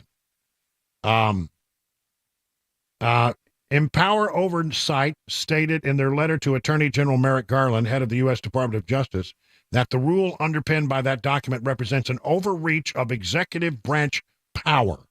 Such an expansive rule that treats all private citizens the same as federal firearm licensees would circumvent the separation of powers in the Constitution, which grants all legislative powers to Congress while requiring that the president take care that the laws be faithfully executed, said Tristan Levitt, Empower Oversight's president. To the extent such a rule prevents the private sale of firearms, it would also clearly violate the Second Amendment of the United States Constitution, which declares that the right of the people to keep and bear arms shall not be infringed. He went on to say that if the rule is finalized, and they're going to do it. They're going to do it. Seems almost certain to be struck down in the courts. It's hard to view it as anything other than a cynical play to energize the base in a presidential election year. I keep looking at things that are apparently about to happen with the Biden administration. Things that apparently they're trying to do and how they continue to, let the border be a serious problem. We hear all these stories about things that are about to be released upon us. And I wonder, why in the world would you do that in an election year? And I keep coming back to the answer. It doesn't make any sense unless Biden is really not going to be the nominee. Throw everything as you're on your way out the door, do everything you possibly can do. Get it all out there, things you know are going to be unpopular, things that are never going to go over well with a lot of people. Just throw it out there. And then, when somebody else is chosen to be the Democrat nominee, that person can say, well, that wasn't me. That was the other guy. I don't know, because it doesn't make any sense, the things that they're doing. Maybe it energizes the base, but it really hacks off a whole lot of people. So we'll see. Again, that story replicated in the justthenews.com, ATF preparing to regulate private gun sales with background check, whistleblower group alleges. It would completely change the way people, do business with regard to weaponry. Another Second Amendment story from our local WTVF, Channel 5. How would you feel about arming teachers, staff, principals, coaches at your child's school? Lawmakers are considering a bill to allow that in private schools. It would allow private schools that are pre-K through 12th grade to create their own handgun carry rules for their campus. If it sounds familiar, it's because the legislation was brought up during the August special session. It passed the House, did not pass the Senate. Right now, private schools can adopt these policies, but only for K through 12. This would expand the law to allow pre-K, opening up this to more schools. It would mean if private school personnel wanted teachers, principals, coaches to have firearms, then that could happen. One Covenant mom told lawmakers she supports protecting schools, but only if people carrying those weapons are trained in the right tactics. Here's the thing that I keep coming back to when we talk about the Covenant case and others. When seconds counts, the police are minutes away. And though there were heroic actions that day by police officers who arrived on the scene and did exactly what they should have done, it took them a while to get there. It's going to take them for a while to get there. And all the damage can be done in about 2 minutes. I mean, if you've seen the video of the Covenant shooter, went through that front door like hot knife through butter. I mean, didn't stop the individual at all. Boom, right through the front door. And there was nothing there to stop. And within a few minutes, a lot of the damage was already done. So, again, I like the idea of saying on a school campus, if you've got people who have the right kind of training, what's wrong with them having a concealed weapon if it's properly maintained and kept in a safe way? It seems like to me that when seconds count, you need to understand that police are minutes away. 31 past the hour, 5 o'clock.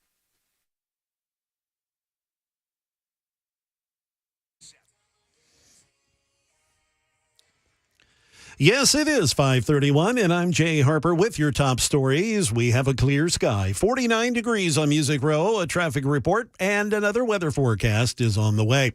Senate negotiators, they're working to reach an agreement on a border deal, but don't have the bill text ready just yet. House Republicans, they push back on the bipartisan deal, saying they're unlikely to support it. Senate Majority Leader Chuck Schumer said today the Democrats want border and Ukraine tied together as part of the national security supplemental. We're working with the Republican leadership to come to an agreement so we can get a text out there as soon as we can. There are still a few issues to be resolved. The CEOs of the largest social media companies faced hours of questioning as they stood before the Senate Judiciary Committee today to talk about steps that they're taking to protect children online. A parent, Sam Chapman, he lost his son 3 years ago to an overdose of fentanyl bought on Snapchat. He says the tech leaders aren't doing enough. And Chapman asks, with as much money as they're all making, why would they? What do you expect? So many children are dying on their platforms and they don't fix it. They're obviously heartless profiteers. Giles County schools were on lockdown earlier, but that's all been lifted after reports of an active shooter on the campus of the University of Tennessee Southern in Pulaski turned out to be false earlier today. The city of Pulaski issued the following statement, quote, UT Southern learned of a potential threat in the area this afternoon and immediately went into a shelter-in-place order. State and local authorities responded to sweep the campus. Authorities issued an all clear. However, all remaining classes for the day have been canceled. That again was a statement from the city of Pulaski. That is the latest news. Weather and traffic are next. I'm Jay Harper, WTN.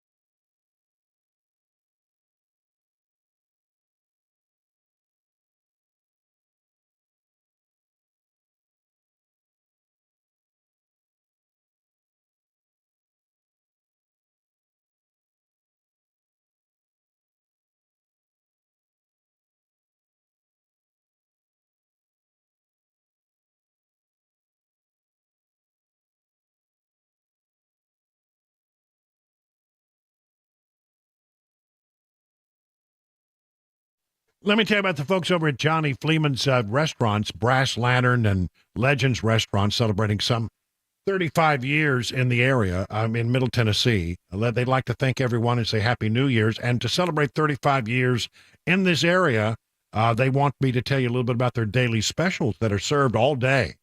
For a limited time, Monday, they have their fresh breaded chicken fingers with fries and coleslaw for $8.99. Tuesday, featuring slow-cooked 8-ounce prime rib and a side for $18.99. Wednesday, it's the 6-ounce choice sirloin with a side for only $8.99. And Thursday is hamburger steak dinner for only $8.99. Sundays, they feature 3 different pasta dinners, and it's $9.99. I mean, for 35 years, the Brass Lantern and Legend restaurants have given you authentic, made-from-scratch, delicious recipes at affordable prices. And they hope that you enjoy their good food and their service, and that's the whole idea. Great food at affordable prices. Don't forget their daily lunch specials, which start at $6.99. And also don't forget to pick up some of those delicious Johnny Fleeman products at your local grocery store. You're going to enjoy your next visit to the Brass Lantern and Legends restaurant nearest you.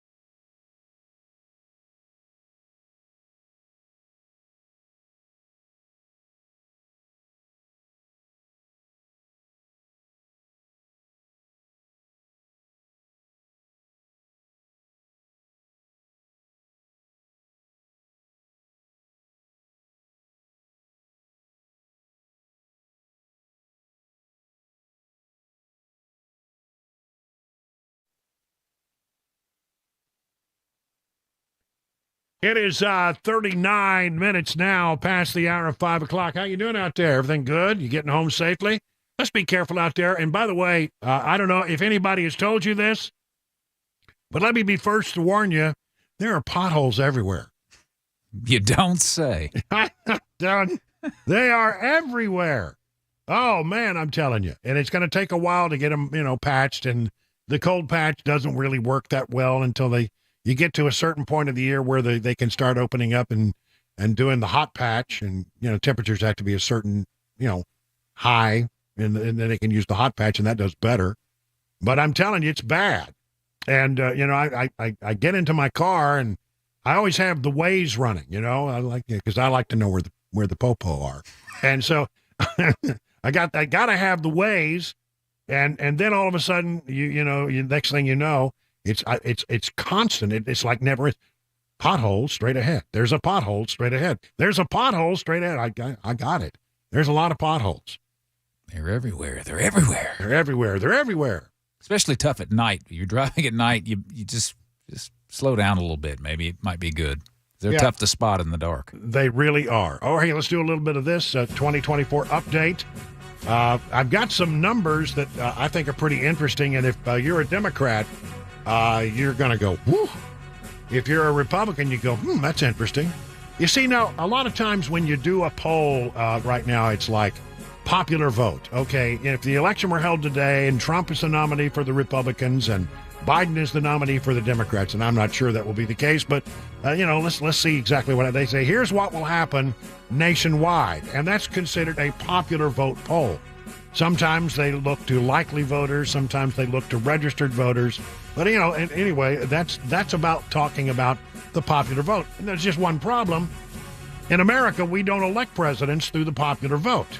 We elect them through the Electoral College, and you got to get 270 of those votes if it matters. And so what is really a much better way to look at the race is to look at what's going on in the states that have traditionally been what we call battleground states. What's going on in the battleground states? So this is a Bloomberg battleground poll. Listen to this. I mean, this is something. Arizona, battleground state. If the election were held today, according to the Bloomberg battleground poll, voters in Arizona would go for Trump by 3.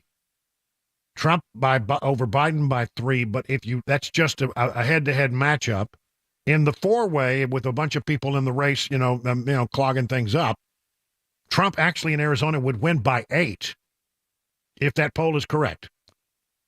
Let's go to the state of Georgia. According to the Bloomberg battleground poll, Trump is poised to beat Biden in the state of Georgia by 8. And this is the one example where when you do the four-way, it goes down to 7. Still, that's a crushing defeat if accurate.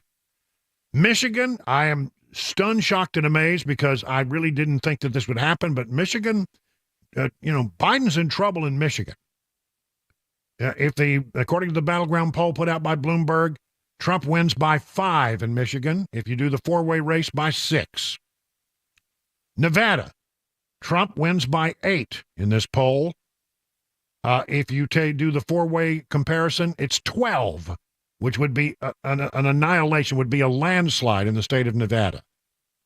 North Carolina, the poll says that Trump is poised to win by 10 in North Carolina. If you do the four-way comparison, it's 13. Pennsylvania, tight, within the margin of error. What was it that Pete Heggs said earlier today? The margin of cheating. Pennsylvania, it's Trump plus 3. And if it's a four-way race, when you look at the four-way race, it's still Trump plus 3. Now let's wrap it up by going to Wisconsin. Wisconsin, don't you know? Plus 5 for Trump in Wisconsin. In the four-way matchup, Trump wins by 8, according again to the Battleground Bloomberg report. Now, there are other polls out there. I've just seen a Q poll, which says that Trump is going to lose big time. But that does not comport with most of the polling data out there. But again, that's a popular vote, not a battleground poll. I'm telling you, if this thing turns out to be Trump versus Biden, Biden's got problems, which makes me think, again, Democrats start looking at these numbers, start crunching the numbers very carefully, and I think they're going to have a real bit of heartburn about their potential nominee. The likely nominee, which right at this moment is Joe Biden. I don't know. Just saying. A lot of people are looking at these numbers, and they're getting very, very nervous. Do you really think? I mean, I just ask you, you just bear with me for a moment. I could be wrong. I could be completely wrong about this, but I keep looking and I say, will the power players who run the Democrat Party allow Joe Biden to go out there and get crunched, just just clubbed to death by Donald Trump in a general election. Now, it's a long way off. Things can change. Who knows what would happen? I love what Pete Higgs said. In a situation like this, you've got to expect the unexpected. Something could happen with one of these cases that Trump's involved with. Something could happen with Joe Biden. He could take a face plant. He could, he could have another bad moment. He could have a Mitch McConnell freeze moment on the world stage with the cameras rolling. One way or the other, a lot of things could happen that change all this. But I just can't bring myself to believe that Joe Biden is going to be the nominee if these numbers continue to look the way they are looking.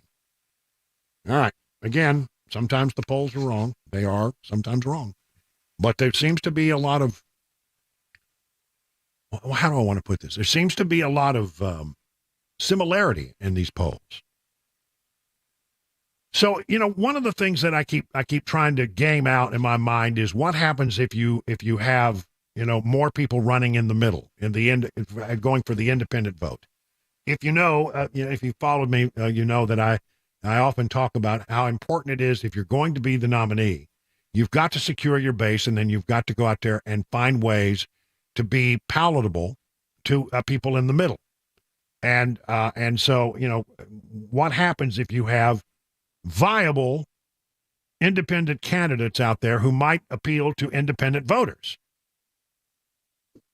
From the Epoch Times, RFK Jr., who, some polls is somewhere around 20% of the vote, 22% I've seen in some polls right now, even as a Democrat.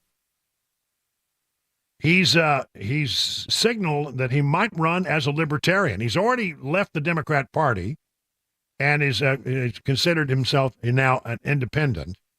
He doesn't feel like the Democrats are playing fair, won't give him a shot, so he's going to become an independent. But what if he were to become a libertarian? While his effort to get on the ballot in all 50 states and the District of Columbia as an independent continues, according to the Epoch Times, Robert F. Kennedy hinted that he could run for president as a libertarian. We are talking to the Libertarian Party. I feel very comfortable with most of the values of the Libertarian Party. And like I say, we have a good relationship. I'm talking regularly to libertarian groups, so we'll continue to do those talks. Angela McArdle is the chair of the Libertarian National Committee, and they hold their annual convention in late in May, 24th through the 26th. Based on comments from Mr. Kennedy and Ms. McArdle, the Epoch Times says it's possible he could be the party's presidential nominee. Unlike Democrats and Republicans, the Libertarian Party selects its nominee based on votes from registered delegates at the National Convention.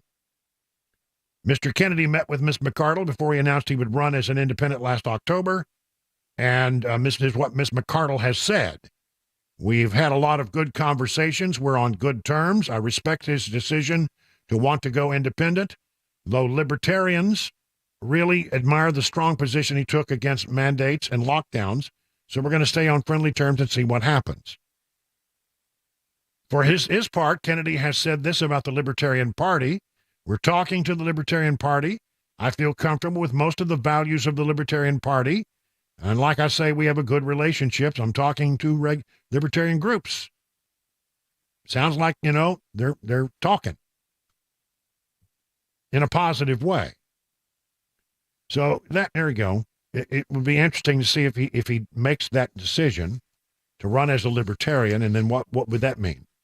There's still the No Labels Party, which is out there and could end up with someone like Joe Manchin. Joe Manchin said the other day, if it looks like Biden is not up to the task, his health is failing, or he doesn't seem to, we have more moments where we wonder about the sanity of our president and his mental capacity. He said, I might get into the vote. He's talking about not even thinking about that with the No Labels Party until after Super Tuesday, which is March 5th. So what happens if you get, and it's again, nobody's really polling this data, hard to know, but what if you get Kennedy as a libertarian and Manchin as a no parties label, and that appeals to a great number of people in the middle? Then what happens? Trump's base is solid. It seems to me. But I do think that unlike in many years if you found the right candidate and the right message, there might be enough disaffected Republicans and disaffected Democrats and independents to put together something that would be formidable. And so we're watching that very closely. Again, I think you're correct, Pete Hegseth, when you say expect the unexpected. This is, the way it looks today, in my humble opinion, is probably not the way it's going to look when we finally go to the polls in November. It seems to me that a lot of things could potentially change, and a lot of things are, as they say, in constant flux. 51 minutes past the hour of 5 o'clock on Super Talk.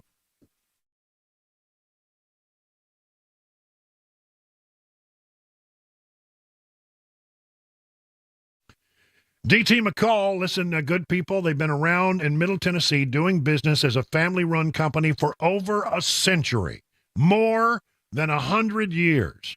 Now, you only get to do that if you have a reputation for treating people right, because if you don't treat people right, word gets around and you don't stay in business very long.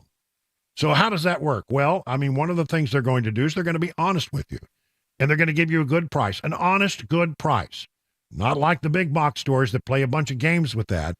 I mean, you go to a big box store and they tell you this is what it costs, and you find out later that they charge you extra for delivery and setup and haul away of the old thing and the cords and the hoses and the things that need to make the doodad work, right? That's what they do. Not at D.T. McCall's. They give you an honest, good price. You'll be happy with the price, but you'll also have the confidence of knowing they're not going to jack you up later when it's time for the thing to be delivered. Whenever possible, D.T. McCall sells and tries to make a business out of selling stuff that is made right here in Middle Tennessee. The England Furniture Company is not from England at all. It's right here in Middle Tennessee. They sell a lot of their stuff. They have a mattress line that is exclusive to D.T. McCall's, which is made right here in Middle Tennessee. I have one. You're going to love it if you get one. I'm telling you, good mattress. So find out about their 5 convenient locations and all the things they can do for you by going to their website. It's dtmccalls.com.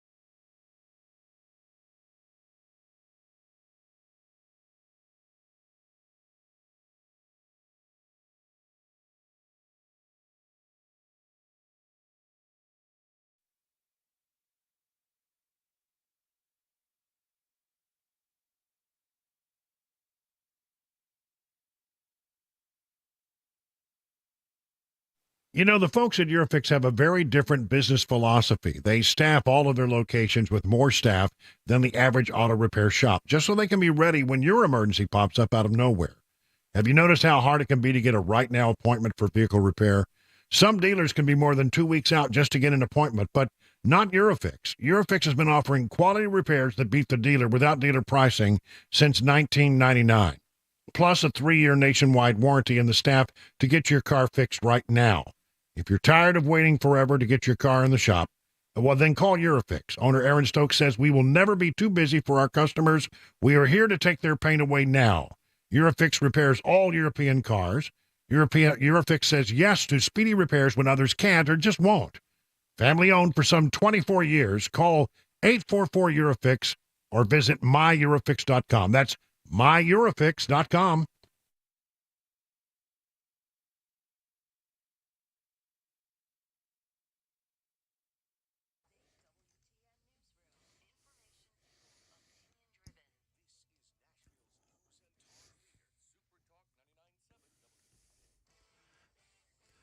Good evening. It is 6 p.m., and I'm Jay Harper with your top stories. A clear sky, 47 degrees on Music Row. The forecast and the latest traffic report are all coming up in a few minutes.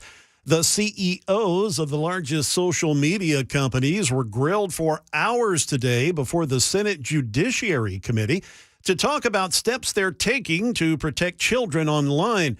Sam Chapman is a man whose son died 3 years ago after he took fentanyl that he bought on Snapchat. Mr. Chapman doesn't feel that big tech is doing enough to keep kids safe or to keep parents informed about what their kids may be up to. He's backing a bill called Sammy's Law. It gives parents access to data on their child's interactions. Chapman says he and his wife are completely unaware at the time of the dangers. We did not know that Snapchat was dangerous. We did not know what fentanyl was or that it was slipping into our drug supply. Here in Tennessee, the latest statistics from the Centers for Disease Control and Prevention show that the state ranks number 2 overall for overdose deaths in the country. The latest annual overdose report from the CDC says there were about 57 overdose-related deaths per 100,000 people in Tennessee in 2021. That's the latest year for figures. This ranks second most in the country, followed only by West Virginia, which had about 91 deaths per 1,000 people. More than 3,800 people died from overdoses in Tennessee in 2021. The fight against the opioid crisis continues in the state and all across the country. It's unclear when new data will be released by the CDC or if the rate has gotten any better here in Tennessee. And finally, here in Nashville, an 8th grader facing charges after he allegedly took a gun to a Nashville school to confront another student, according to police. Youth services detectives charged a 13-year-old boy at Haynes Middle School with aggravated assault and gun possession on school property. Police report that the 13-year-old was involved in an altercation with a 14-year-old student this morning at a school restroom. Police say the investigation shows the two students had gotten into a fight last week, but this morning, the 13-year-old, he came to school with a gun and confronted the 14-year-old in a restroom. The 14-year-old ran outside to get away. The 13-year-old also ran out of the building and admitted to firing a shot from the 9mm semi-automatic pistol that he had. He did that once he was outside. The gun was later found in the woods by an ATF tracking dog. That is the latest news. Weather and traffic, they are next. I'm Jay Harper, WTN News.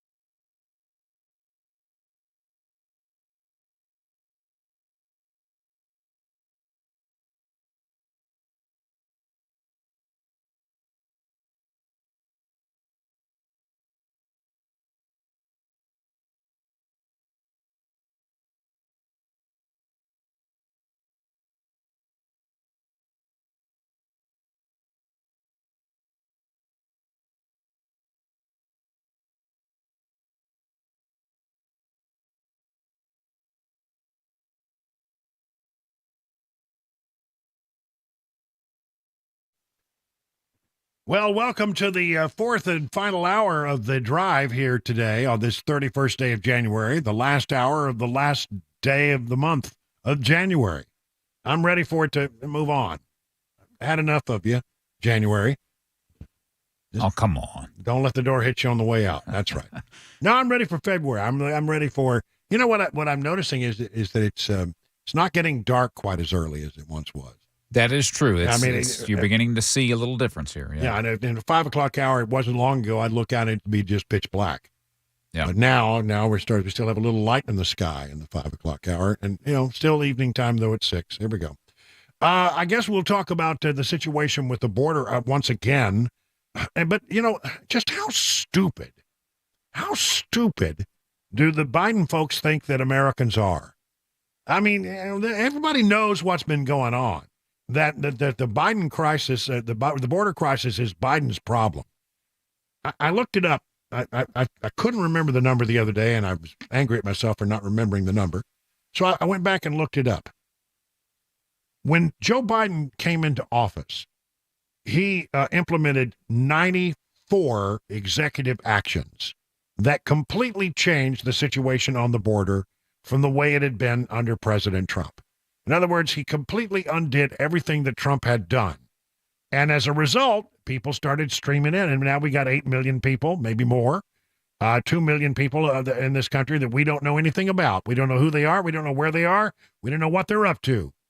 Could be bad people. There probably are some bad people in that mix, and we don't know anything about them. By the way, not just people from South America, Central America, and Mexico. People from all over the world, even countries that don't have our best interest at heart, have made their way into this country. And people on the terrorist watch list, no doubt, have gotten through. So, it's a bad situation. And this all falls directly on Joe Biden, absolutely on Joe Biden. He changed things on day one. He often talks about how on day one, he asked Congress to do something to change the situation on the border. And now they're trying to say that the whole thing that happened down there on the border and all of the chaos that we're now dealing with in major cities around the country, in every city around the country, is somehow the Republicans' fault? Really? Done all I can do. Just give me the power. I've asked for the very day I got in office. Give me the border patrol. Give me the people. Give me the people, the judges. Give me the people who can stop this and make it work right. Yeah, and it seems like a day goes by when Karine Jean-Pierre doesn't, from the podium in the White House, blame Republicans. Well, we tried to do something. For years, they have refused to heed the president's request for action on much-needed funding for border security. Well, you know what that is. And also this. And let's go ahead and do the trifecta. Because I'm telling you, it is a bunch of S that they're pumping out there. Both of the bovine, horse, equine, it'd be bovine, equine, and poultry variety. Amuse me. So I mean, they are. It's just nonsense. Everybody knows that's nonsense. They offered. They did put forth a plan that was absolutely, unhinged in its scope. It was never going to be considered by Republicans or Democrats because they really want amnesty for everybody. And there's even a lot of Democrats who aren't in favor of amnesty. That's what they wanted. That's their solution. Pathway to citizenship. Ain't gonna happen. It ain't gonna happen. It ain't ever gonna happen. I don't know how you could grant citizenship to people whose very first actions in coming to this country was to violate our laws. How can you grant those folks citizenship? I just don't see how you can do that. I don't. And I don't think a lot of politicians, even on the Democrat side of the equation, are in favor of that. So for them to say, oh, yeah, we really had the solution, but we couldn't get any help from Republicans, it's just beyond the pale. It is just an out-and-out lie. But that's what they do. Over in the state of Texas, the Texas Lieutenant Governor Dan Patrick is now saying that, look, this whole idea that somehow it's Republicans that are responsible for the crisis on the border is nonsense. Anytime anyone says, I've done everything I can do, we all know you can always do more. In his case, he's done absolutely nothing except reverse and repeal every executive order that President Donald Trump put in place that helped secure the border and gave us the most secure border we've had in decades. Look, there are many people crossing here. We need legal immigration reform. People should not have to come across the border drowning in the river in the back of an 18-wheeler. But for all those people who should come here legally processed and vetted are hundreds of thousands, thousands and thousands of criminals. Murderers, molesters, gang members, drug dealers, carjackers, kidnappers, you name it. They're part of this group. And terrorists. We know from countries all over the world.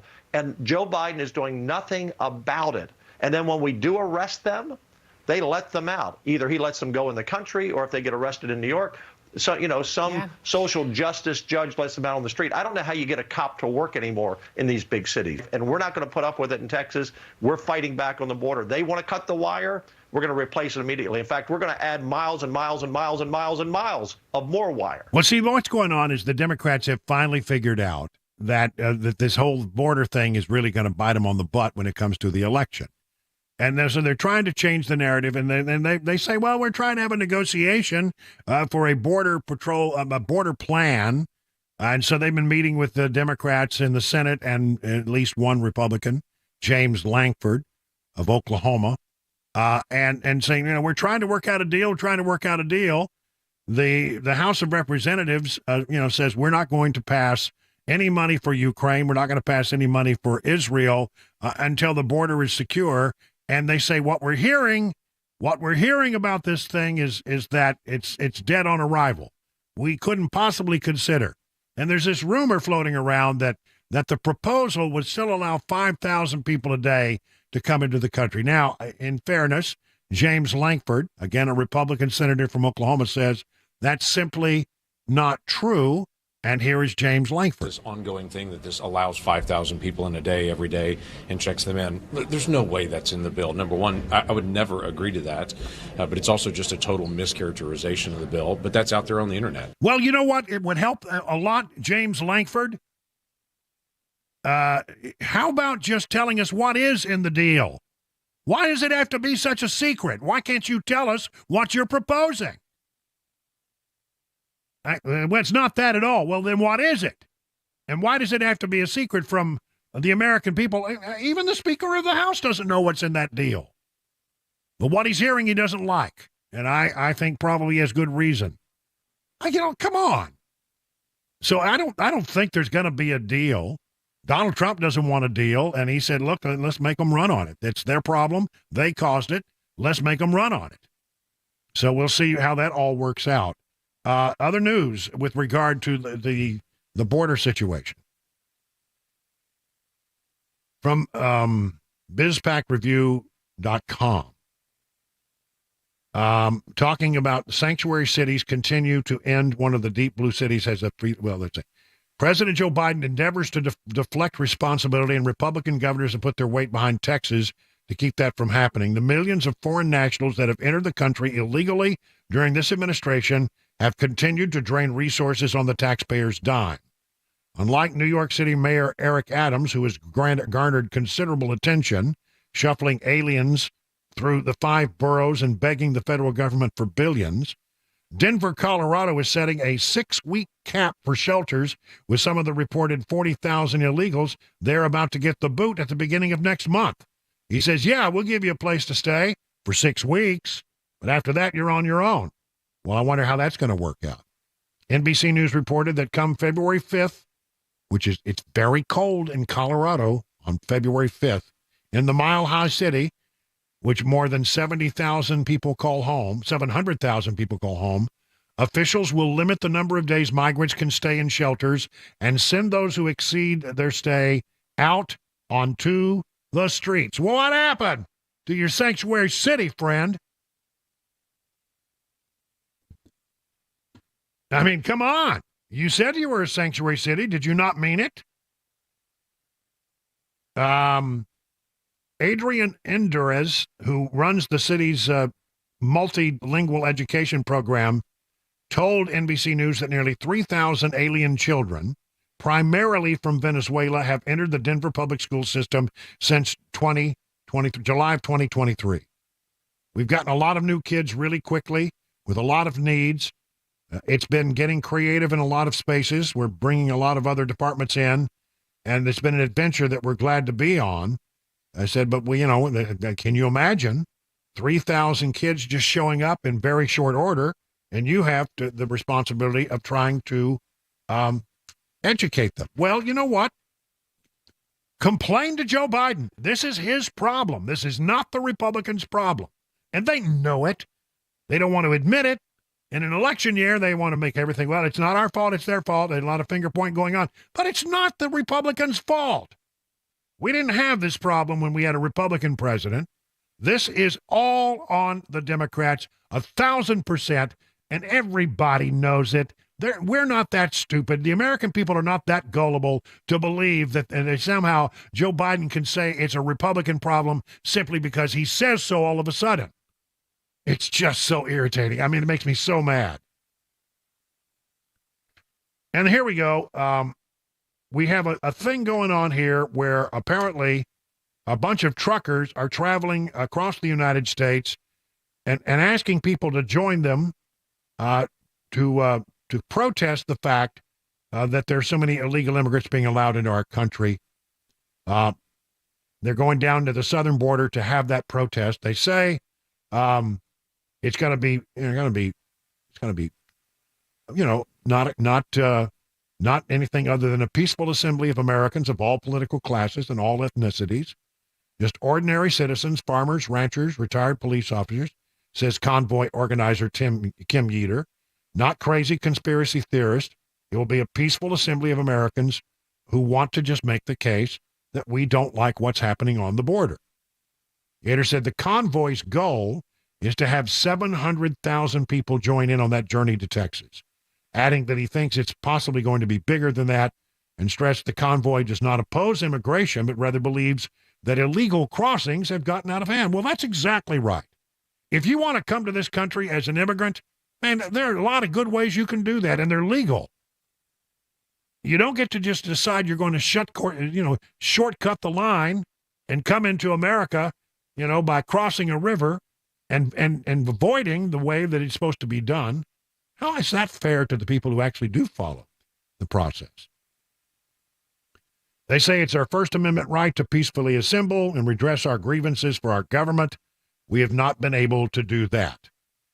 The protest comes as Greg Abbott, the governor of Texas, remains at odds with the Biden administration over securing the border. And amid the feud between Texas and the Biden administration, over 24 Republican governors, 25 to be exact, have penned a letter supporting Abbott's course of action. And Kristi Noem has requested her state legislature host a joint session so she can brief state lawmakers on the war zone. She just took a visit down there. She wants to go back and tell legislators in her state what's going on the southern border. It's pretty ugly, I'll tell you that for sure. 21 minutes now past the hour.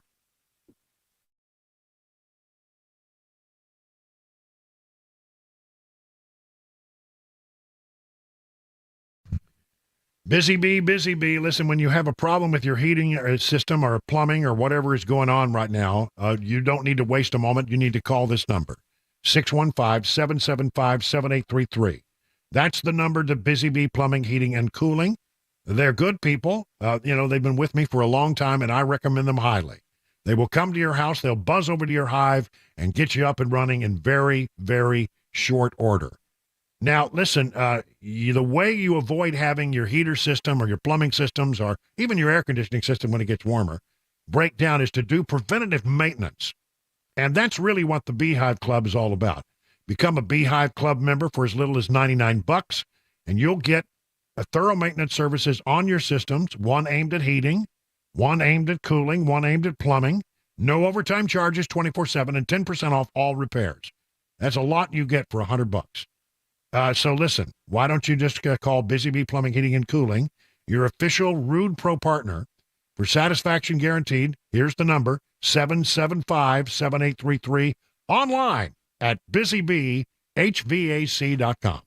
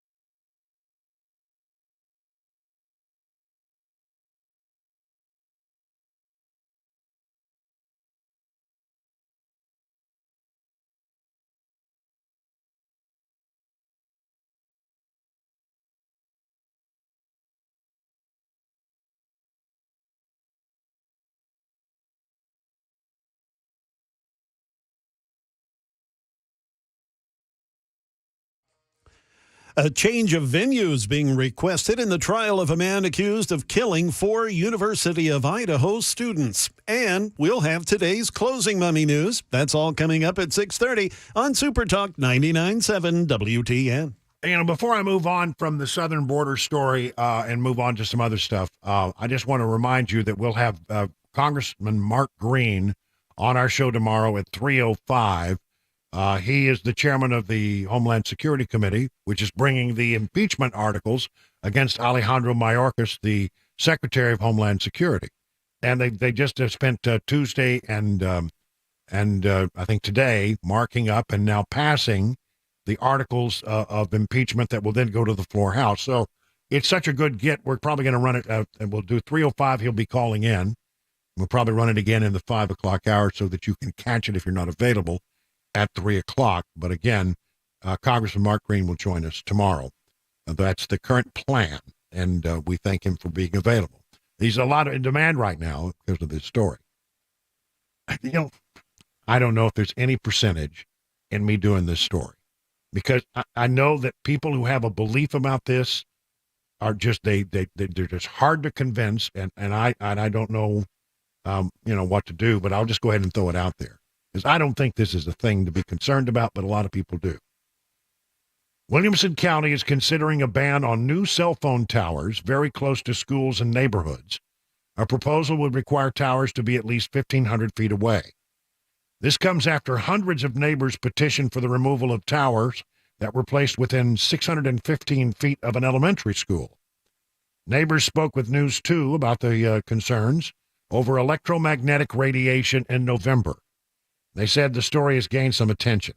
Look, please ask yourself if you would feel comfortable having your child or grandchild sitting under a cell tower all day at school, said former educator Tracy Goodspeed on Monday, January 29th. And my answer would be yes.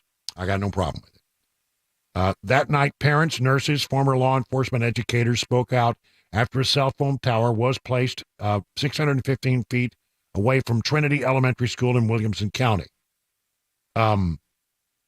They apparently say it went up without any warning. You may not like it as an eyesore. I can understand that, but I don't think it's a health concern. Look, I mean, I once did a whole series of reports about electromagnetic radiation, and there are some things that you should be considered, you really should worry about with regard to electromagnetic radiation. But I've become convinced over the years in the study that I've done that cell phone towers, as long as you have some distance from them, they're not literally right up against your head, probably don't cause a lot of problems. You know what causes problems? You take your cell phone and you put it up against your head, you're getting more radiation than you would get when the tower is nearby. And again, there are going to be a lot of people who say, well, I've seen a study and I've seen this. I don't believe those studies. I've looked at the science on it, and I think that, any distance at all, you see a rapid declination of the power of that radio wave. Look, if you're sitting next to a one of those big power lines, if you have a house next to a power line, that's something I'd be concerned about, because that's a lot of electromagnetic radiation. A lot of it, a whole bunch. Cell phones, not so much. Now, look, I don't put my cell phone, except in rare occasions when I can't hear any other way. I never put cell phone up to my head. I use the speaker in the car. I use the overhead system. I don't use that cell phone in the way we used to use an old-fashioned cell phone. I don't think that's a particularly bright thing to do, but I've never had a problem with this. And a lot of people very concerned. And I would say, okay, you don't like cell phone towers in your neighborhood, then don't use your cell phone in your neighborhood. I mean, it's there for your convenience. So I don't know. But a lot of it, apparently, the science of this matter is lost on so many people that they say that, we're going to now pass a new bill. Look, from a standpoint of it being an eyesore, I get it. From the standpoint of it being a real health concern, I'm not convinced. But again, as I say, I've done this story so many times, no percentage in my position, because people are going to believe about this what they want to believe. 30 minutes now past the hour of 6 o'clock on Super. Wait, a hate mail will be coming. Is it already happening on the super text line? Not yet, but I'm keeping an eye out. Oh, it will happen. People will say, you're a bonehead, Wilson. I don't think I'm wrong on this. 30 minutes now past the hour of 6 o'clock.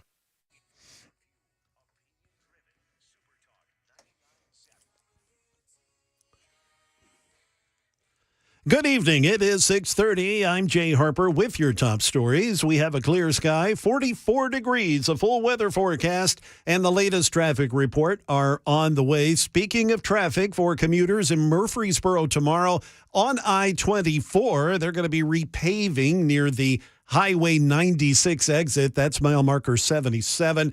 They're going to be repairing those ugly, big old deep potholes over there tomorrow from 9 in the morning till 3 in the afternoon. They're going to be shutting down some lanes for that work.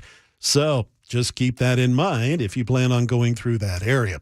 The man accused of killing 4 University of Idaho students in November of 2022 wants his trial moved out of the area. In a new court filing, Brian Kohberger's attorneys say a fair and impartial jury cannot be found in Latah County, Idaho, because of what they call inflammatory pretrial publicity and allegations made to the public and media. They want the case moved to somewhere else in a change of venue. Kohberger's attorney says a larger jury pool in Latah County would not be enough to overcome the prejudicial publicity. Kohberger has been trying and failed to get the case against him tossed out. That is Alex Stone reporting. Now with our closing news money report, here is Daria Albinger. From ABC News, Wall Street now. A drop in some big tech stocks pushed the markets lower. The Dow plunged 317 points. The Nasdaq gave up 346, and the S&P fell 79 points. Alphabet and Microsoft had big drops a day after reporting earnings that fell short of analysts' expectations. The Nasdaq and the S&P are now on track to be negative for the week. As expected, the Federal Reserve has opted to leave interest rates alone. It's a sign that the central bank is more confident that inflation continues to cool. The Fed also signaled that the first rate cut could be months away. Pay and benefits for America's workers slowed last quarter, rising just 0.9%, down from 1.1% in the third quarter. A federal judge has dismissed the Walt Disney Company's free speech lawsuit against Florida Governor Ron DeSantis, leaving the company's remaining hopes of gaining control of the district that governs Disney World to a separate state court challenge. Disney is a parent company of ABC News. That is the latest news. Traffic and weather, they're next. I'm Jay Harper, WTN News.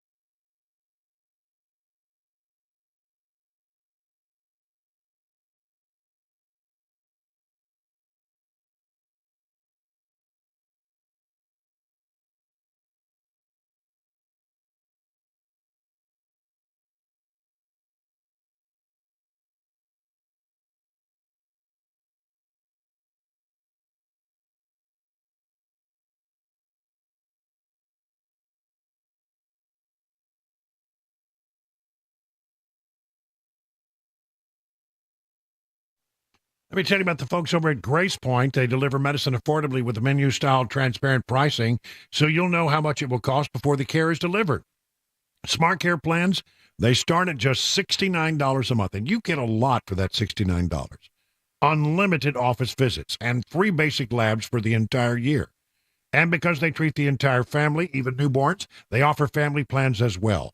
Now, if you were to marry that Smart Care plan with a high-deductible insurance plan, you might save you and your family a lot of money. At Grace Point, they take their time with each patient. They see you the same or next day. There are no long wait times or crowded wait rooms. They treat naturally whenever possible. It is a military vet-owned practice. Just some of the reasons why it's been voted the best primary care provider by Toast of Music City year after year after year. Grace Point Healthcare is on Main Street in Franklin. 599-6868. That's 599-6868 to schedule a visit.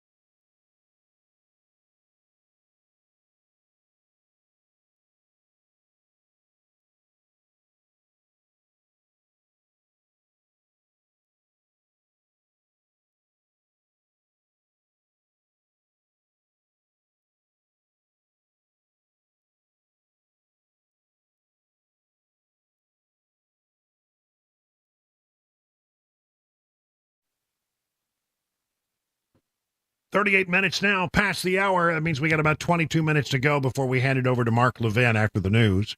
That's right. News at the top of the hour, and then Mark Levin after that. You don't want to miss it. All right. I got a whole bunch of stuff here. Let me run through it. Number one of the big stories today, really, we do a market report early in the 3 o'clock hour, but we don't often come back to it. But I think we should today because the market was down pretty sizably today. The Dow Jones Industrial ended the day down 317 points. The S&P was down about 1.6%, down 79 points. The NASDAQ was down 2.23%. That's 345 points. So all screens were vibrantly red. What's going on? Well, there were statements today by Chairman of the Fed, Jerome Powell. The Federal Reserve said Wednesday it would hold its interest rate target steady, a pause ahead of an expected move this year to lower rates in reaction to signs that the inflation is cooling. I mean, everything that happens in the market right now is being driven by, whether or not they're going to cut interest rates. Following a 2-day meeting of its Monetary Policy Committee in Washington, D.C., the Fed announced it will keep its rate target at 5.25% to 5.5%. The move was expected. The overwhelming consensus among investors is that the Fed is done raising interest rates and begin trimming them in the coming months. But on Wednesday, today, Fed officials indicated they aren't ready to pivot just yet. The committee does not expect it will be appropriate to reduce the target range until it has gained greater confidence that inflation is moving sustainably toward 2%. Still, the current rate target is still the highest it's been since 2006, before the global financial crisis. The last time the central bank raised rates was in July. The Fed has been reversing its massive purchases of government bonds. Its total assets are down from a peak of nearly $9 trillion in the spring to about $7.7 trillion as of Wednesday. Inflation has been largely falling amid the higher interest rate environment, but it's not where they wanted it to go. December was at 3.4%. They said we need it near 2. Well, and I'll tell you something else to watch out for. I mean, everything that happens now that has any kind of Washington connection, you have to look at it through the prism of the coming election. That everything has an election angle to it. Isn't it interesting that so many of these reports that come out from the different agencies that report about inflation or jobs, etc., they give you a report and it sounds, well, that sounds pretty good. On behalf of the Biden administration, it looks pretty good. Bidenomics must be working, is what they want you to believe. But what you don't get a lot of reporting on, and what nobody ever talks about, is the fact that they revise it like a month later, and nobody says much about that. They say, oh, we were a little too optimistic there. As we crunched the numbers a little better, we found out that it wasn't all that we thought it was. That, and there's been a real history of that of late. I used to ask this question all the time in Washington. I said, don't you think that these numbers are sort of messed around with in order to get a good outcome? And I always say, no, that never happens. I think it does happen. I think it does happen. And they say, no. They would never do that. Well, I think they will do that. I think they'll give you numbers that sound good, big splash, and then a month later, they'll downwardly revise the number so it's not as good as you thought it was. So there's that. Other news, Joe Biden's brother is going to sit for a closed-door deposition in the impeachment inquiry in February. President Joe Biden's brother, James, will sit for a closed-door deposition just days before his nephew, Hunter, will testify in the president's impeachment inquiry. This is going to be really important. House Oversight Committee Chair James Comer told the New York Sun that the committee's lawyers have reached an agreement to have James Biden the subject of a private deposition prior to Hunter Biden coming in to testify on February 28th. James's deposition will be on the 21st, James Comer told the outlet. I think we've got a good series of people coming in. These are a couple more people that we want to bring in. We've been sending letters requesting they come in. And if they don't, we will subpoena them. In recent weeks, Comer's been able to depose several of Hunter's business associates, such as his lawyer and friend Kevin Morris and business associates Rob Walker and Mervyn Yan. James and Hunter were previously subpoenaed by the Oversight Committee in November of 2023. Both failed to appear before the House lawmakers during their scheduled deposition dates in December. Hunter, for his part, arrived in Washington, D.C. not to appear for the deposition, but instead threw a big dog and pony show, speaking to the press outside the Capitol, where he called the subpoena illegitimate. But he's going to come. Now, what will happen? What is 28th? Look at what day of the week is the 28th? Can you check that for me, Chris? Because I suspect that what they're going to do is they're going to try to position these things at a time when nobody's paying attention. That would be a Wednesday. Well, that's right in the middle of the week, so maybe not. Good. Get them in there. Let's find out what we have. And these depositions are sworn. I think you're going to get an awful lot of, I don't remember. I don't remember. I don't remember. In fact, that's sort of the next story. Again, from the chairman of the House Oversight Committee, James Comer, he provided an update to yesterday suggesting that in the Hunter Biden probe that the people they bring in for closed-door depositions strangely could not remember a lot of things. Now, all of the people that we brought in for depositions, they have a hard time remembering the bad things, Comer said in an interview with Sean Hannity. Comer added that Eric Schwerin, a former business associate of President Biden's son who received a subpoena, was a key central figure in paying all the bills and make sure that Hunter Biden wasn't overdrafted in the bank. The Kentucky lawmaker said Schwerin used the same talking points that other associates have used, which denies that Biden had any involvement in the son's foreign business dealing. But one thing that he said that I think is very interesting is he said that he did all of this for Joe Biden, never charged Joe Biden a penny. So he provided a valuable service to Joe Biden for free, and that is an ethics violation. According to ABC News, he stated in opening remarks that he was not aware of any financial transactions or compensation that Biden received related to business by any family members. But, the thing about it is that we have a lot of bank records. So when they say, gosh, I don't remember. I'm sorry. It's, so long ago. My memory is faded. I can't say for sure. Well, does this document refresh your memory, sir? And you hand them the document. So now I have a feeling that the committee will be loaded for bear. And, the other thing that you're likely to get is, on advice of my lawyer, I have decided to plead the Fifth Amendment. But I'm telling you, there's some value in having that happen, because we know that they have stuff to hide, right? I think that's probably really worthy to watch very carefully. The 21st and the 28th. James Biden on the 21st and Hunter on the 28th. And finally, this story just drives me nuts, and and we all know that this is wrong. Everybody who has any sense at all knows that this is wrong. Trans-identified male runner breaks New York school's women's record again in the track and field. How many times do we have to go through this? Records in the 200 and 300 meter races were broken by an individual by the last name of Schreiner. I use the last name because Schreiner prefers to be called Sadie now, but beforehand, formerly known as Camden. All right, so here's the story from the Post-Millennial. At a track and field meet held Friday in Rochester, New York, a trans-identified male runner with the Rochester Institute of Technology.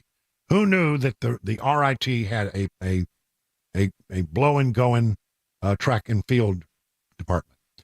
But this individual broke two school women's records that were previously held by the student. Sadie Schreiner placed first in the women's 200 and 300 meter races with a time of 25.27 in the 200 and 40.78 in the 300. The 300 meter race was over 2 seconds ahead of the first female runner, and the 200 was 1 second ahead. So destroyed the records. When you talk about, records like this, they're not normally blown up by a full 2 seconds in one going. According to the school, Schreiner received an Atlantic Region championship championship qualifying time. By comparison, Schreiner's times would have placed the athlete in 18th place in the men's 200 meter race and 10th place in the men's 300 meter race. This individual competed on December 8th, 2023 at a track meet in Nazareth University, taking first place and setting a record of 41.8 in the women's 300-meter race, according to the Daily Mail. At the same time 1 year prior, Schreiner placed 19th in the men's 100-meter race. I mean, come on. It's just not fair. It's not fair for men to be competing against women in this environment. Look, I mean, I am the dad of a young girl who played soccer. And I used to love to watch her play soccer. It was one of my favorite things in the whole thing, go out and watch. And I watched a lot of soccer. And she was a defender. And I can't imagine how I would feel if my daughter was out on the field defending against an athlete who once was a man and now identifies as a woman. I mean, I'm telling you, my daughter was a great athlete. And she's a very good defender. But it would have been a slaughter out there if that were to happen. And it wouldn't be fair and it wouldn't be right. And I would be apoplectic. And I think most parents who have female, girls in their family who are female athletes feel the same way. In response to this win by the Schreiner, Sadie / Camden, Schreiner, Riley Gaines, a former University of Kentucky swimmer who had to compete against trans-identified male Leah Thomas, says, hey, that thing that never happens, happened again. Women's records mean nothing if they're set by men. That is so true. That is so true. It's now 50 minutes past the hour of 6 o'clock on Super Talk 99.7.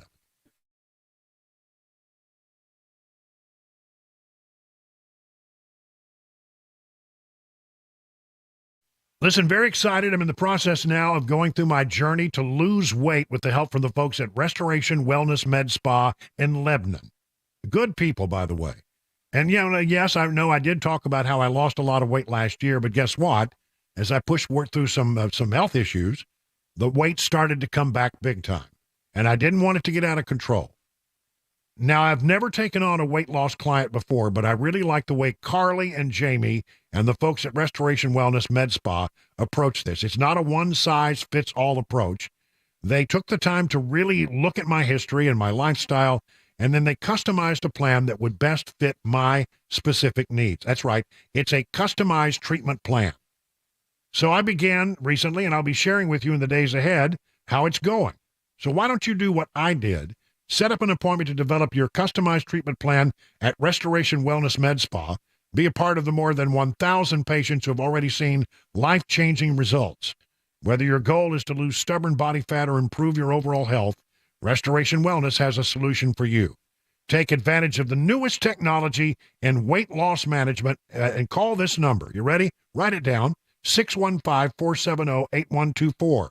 Or if you want to learn more about all the things they can do for you, just go to their website, restorationwellnessmedspa.com. That's restorationwellnessmedspa.com.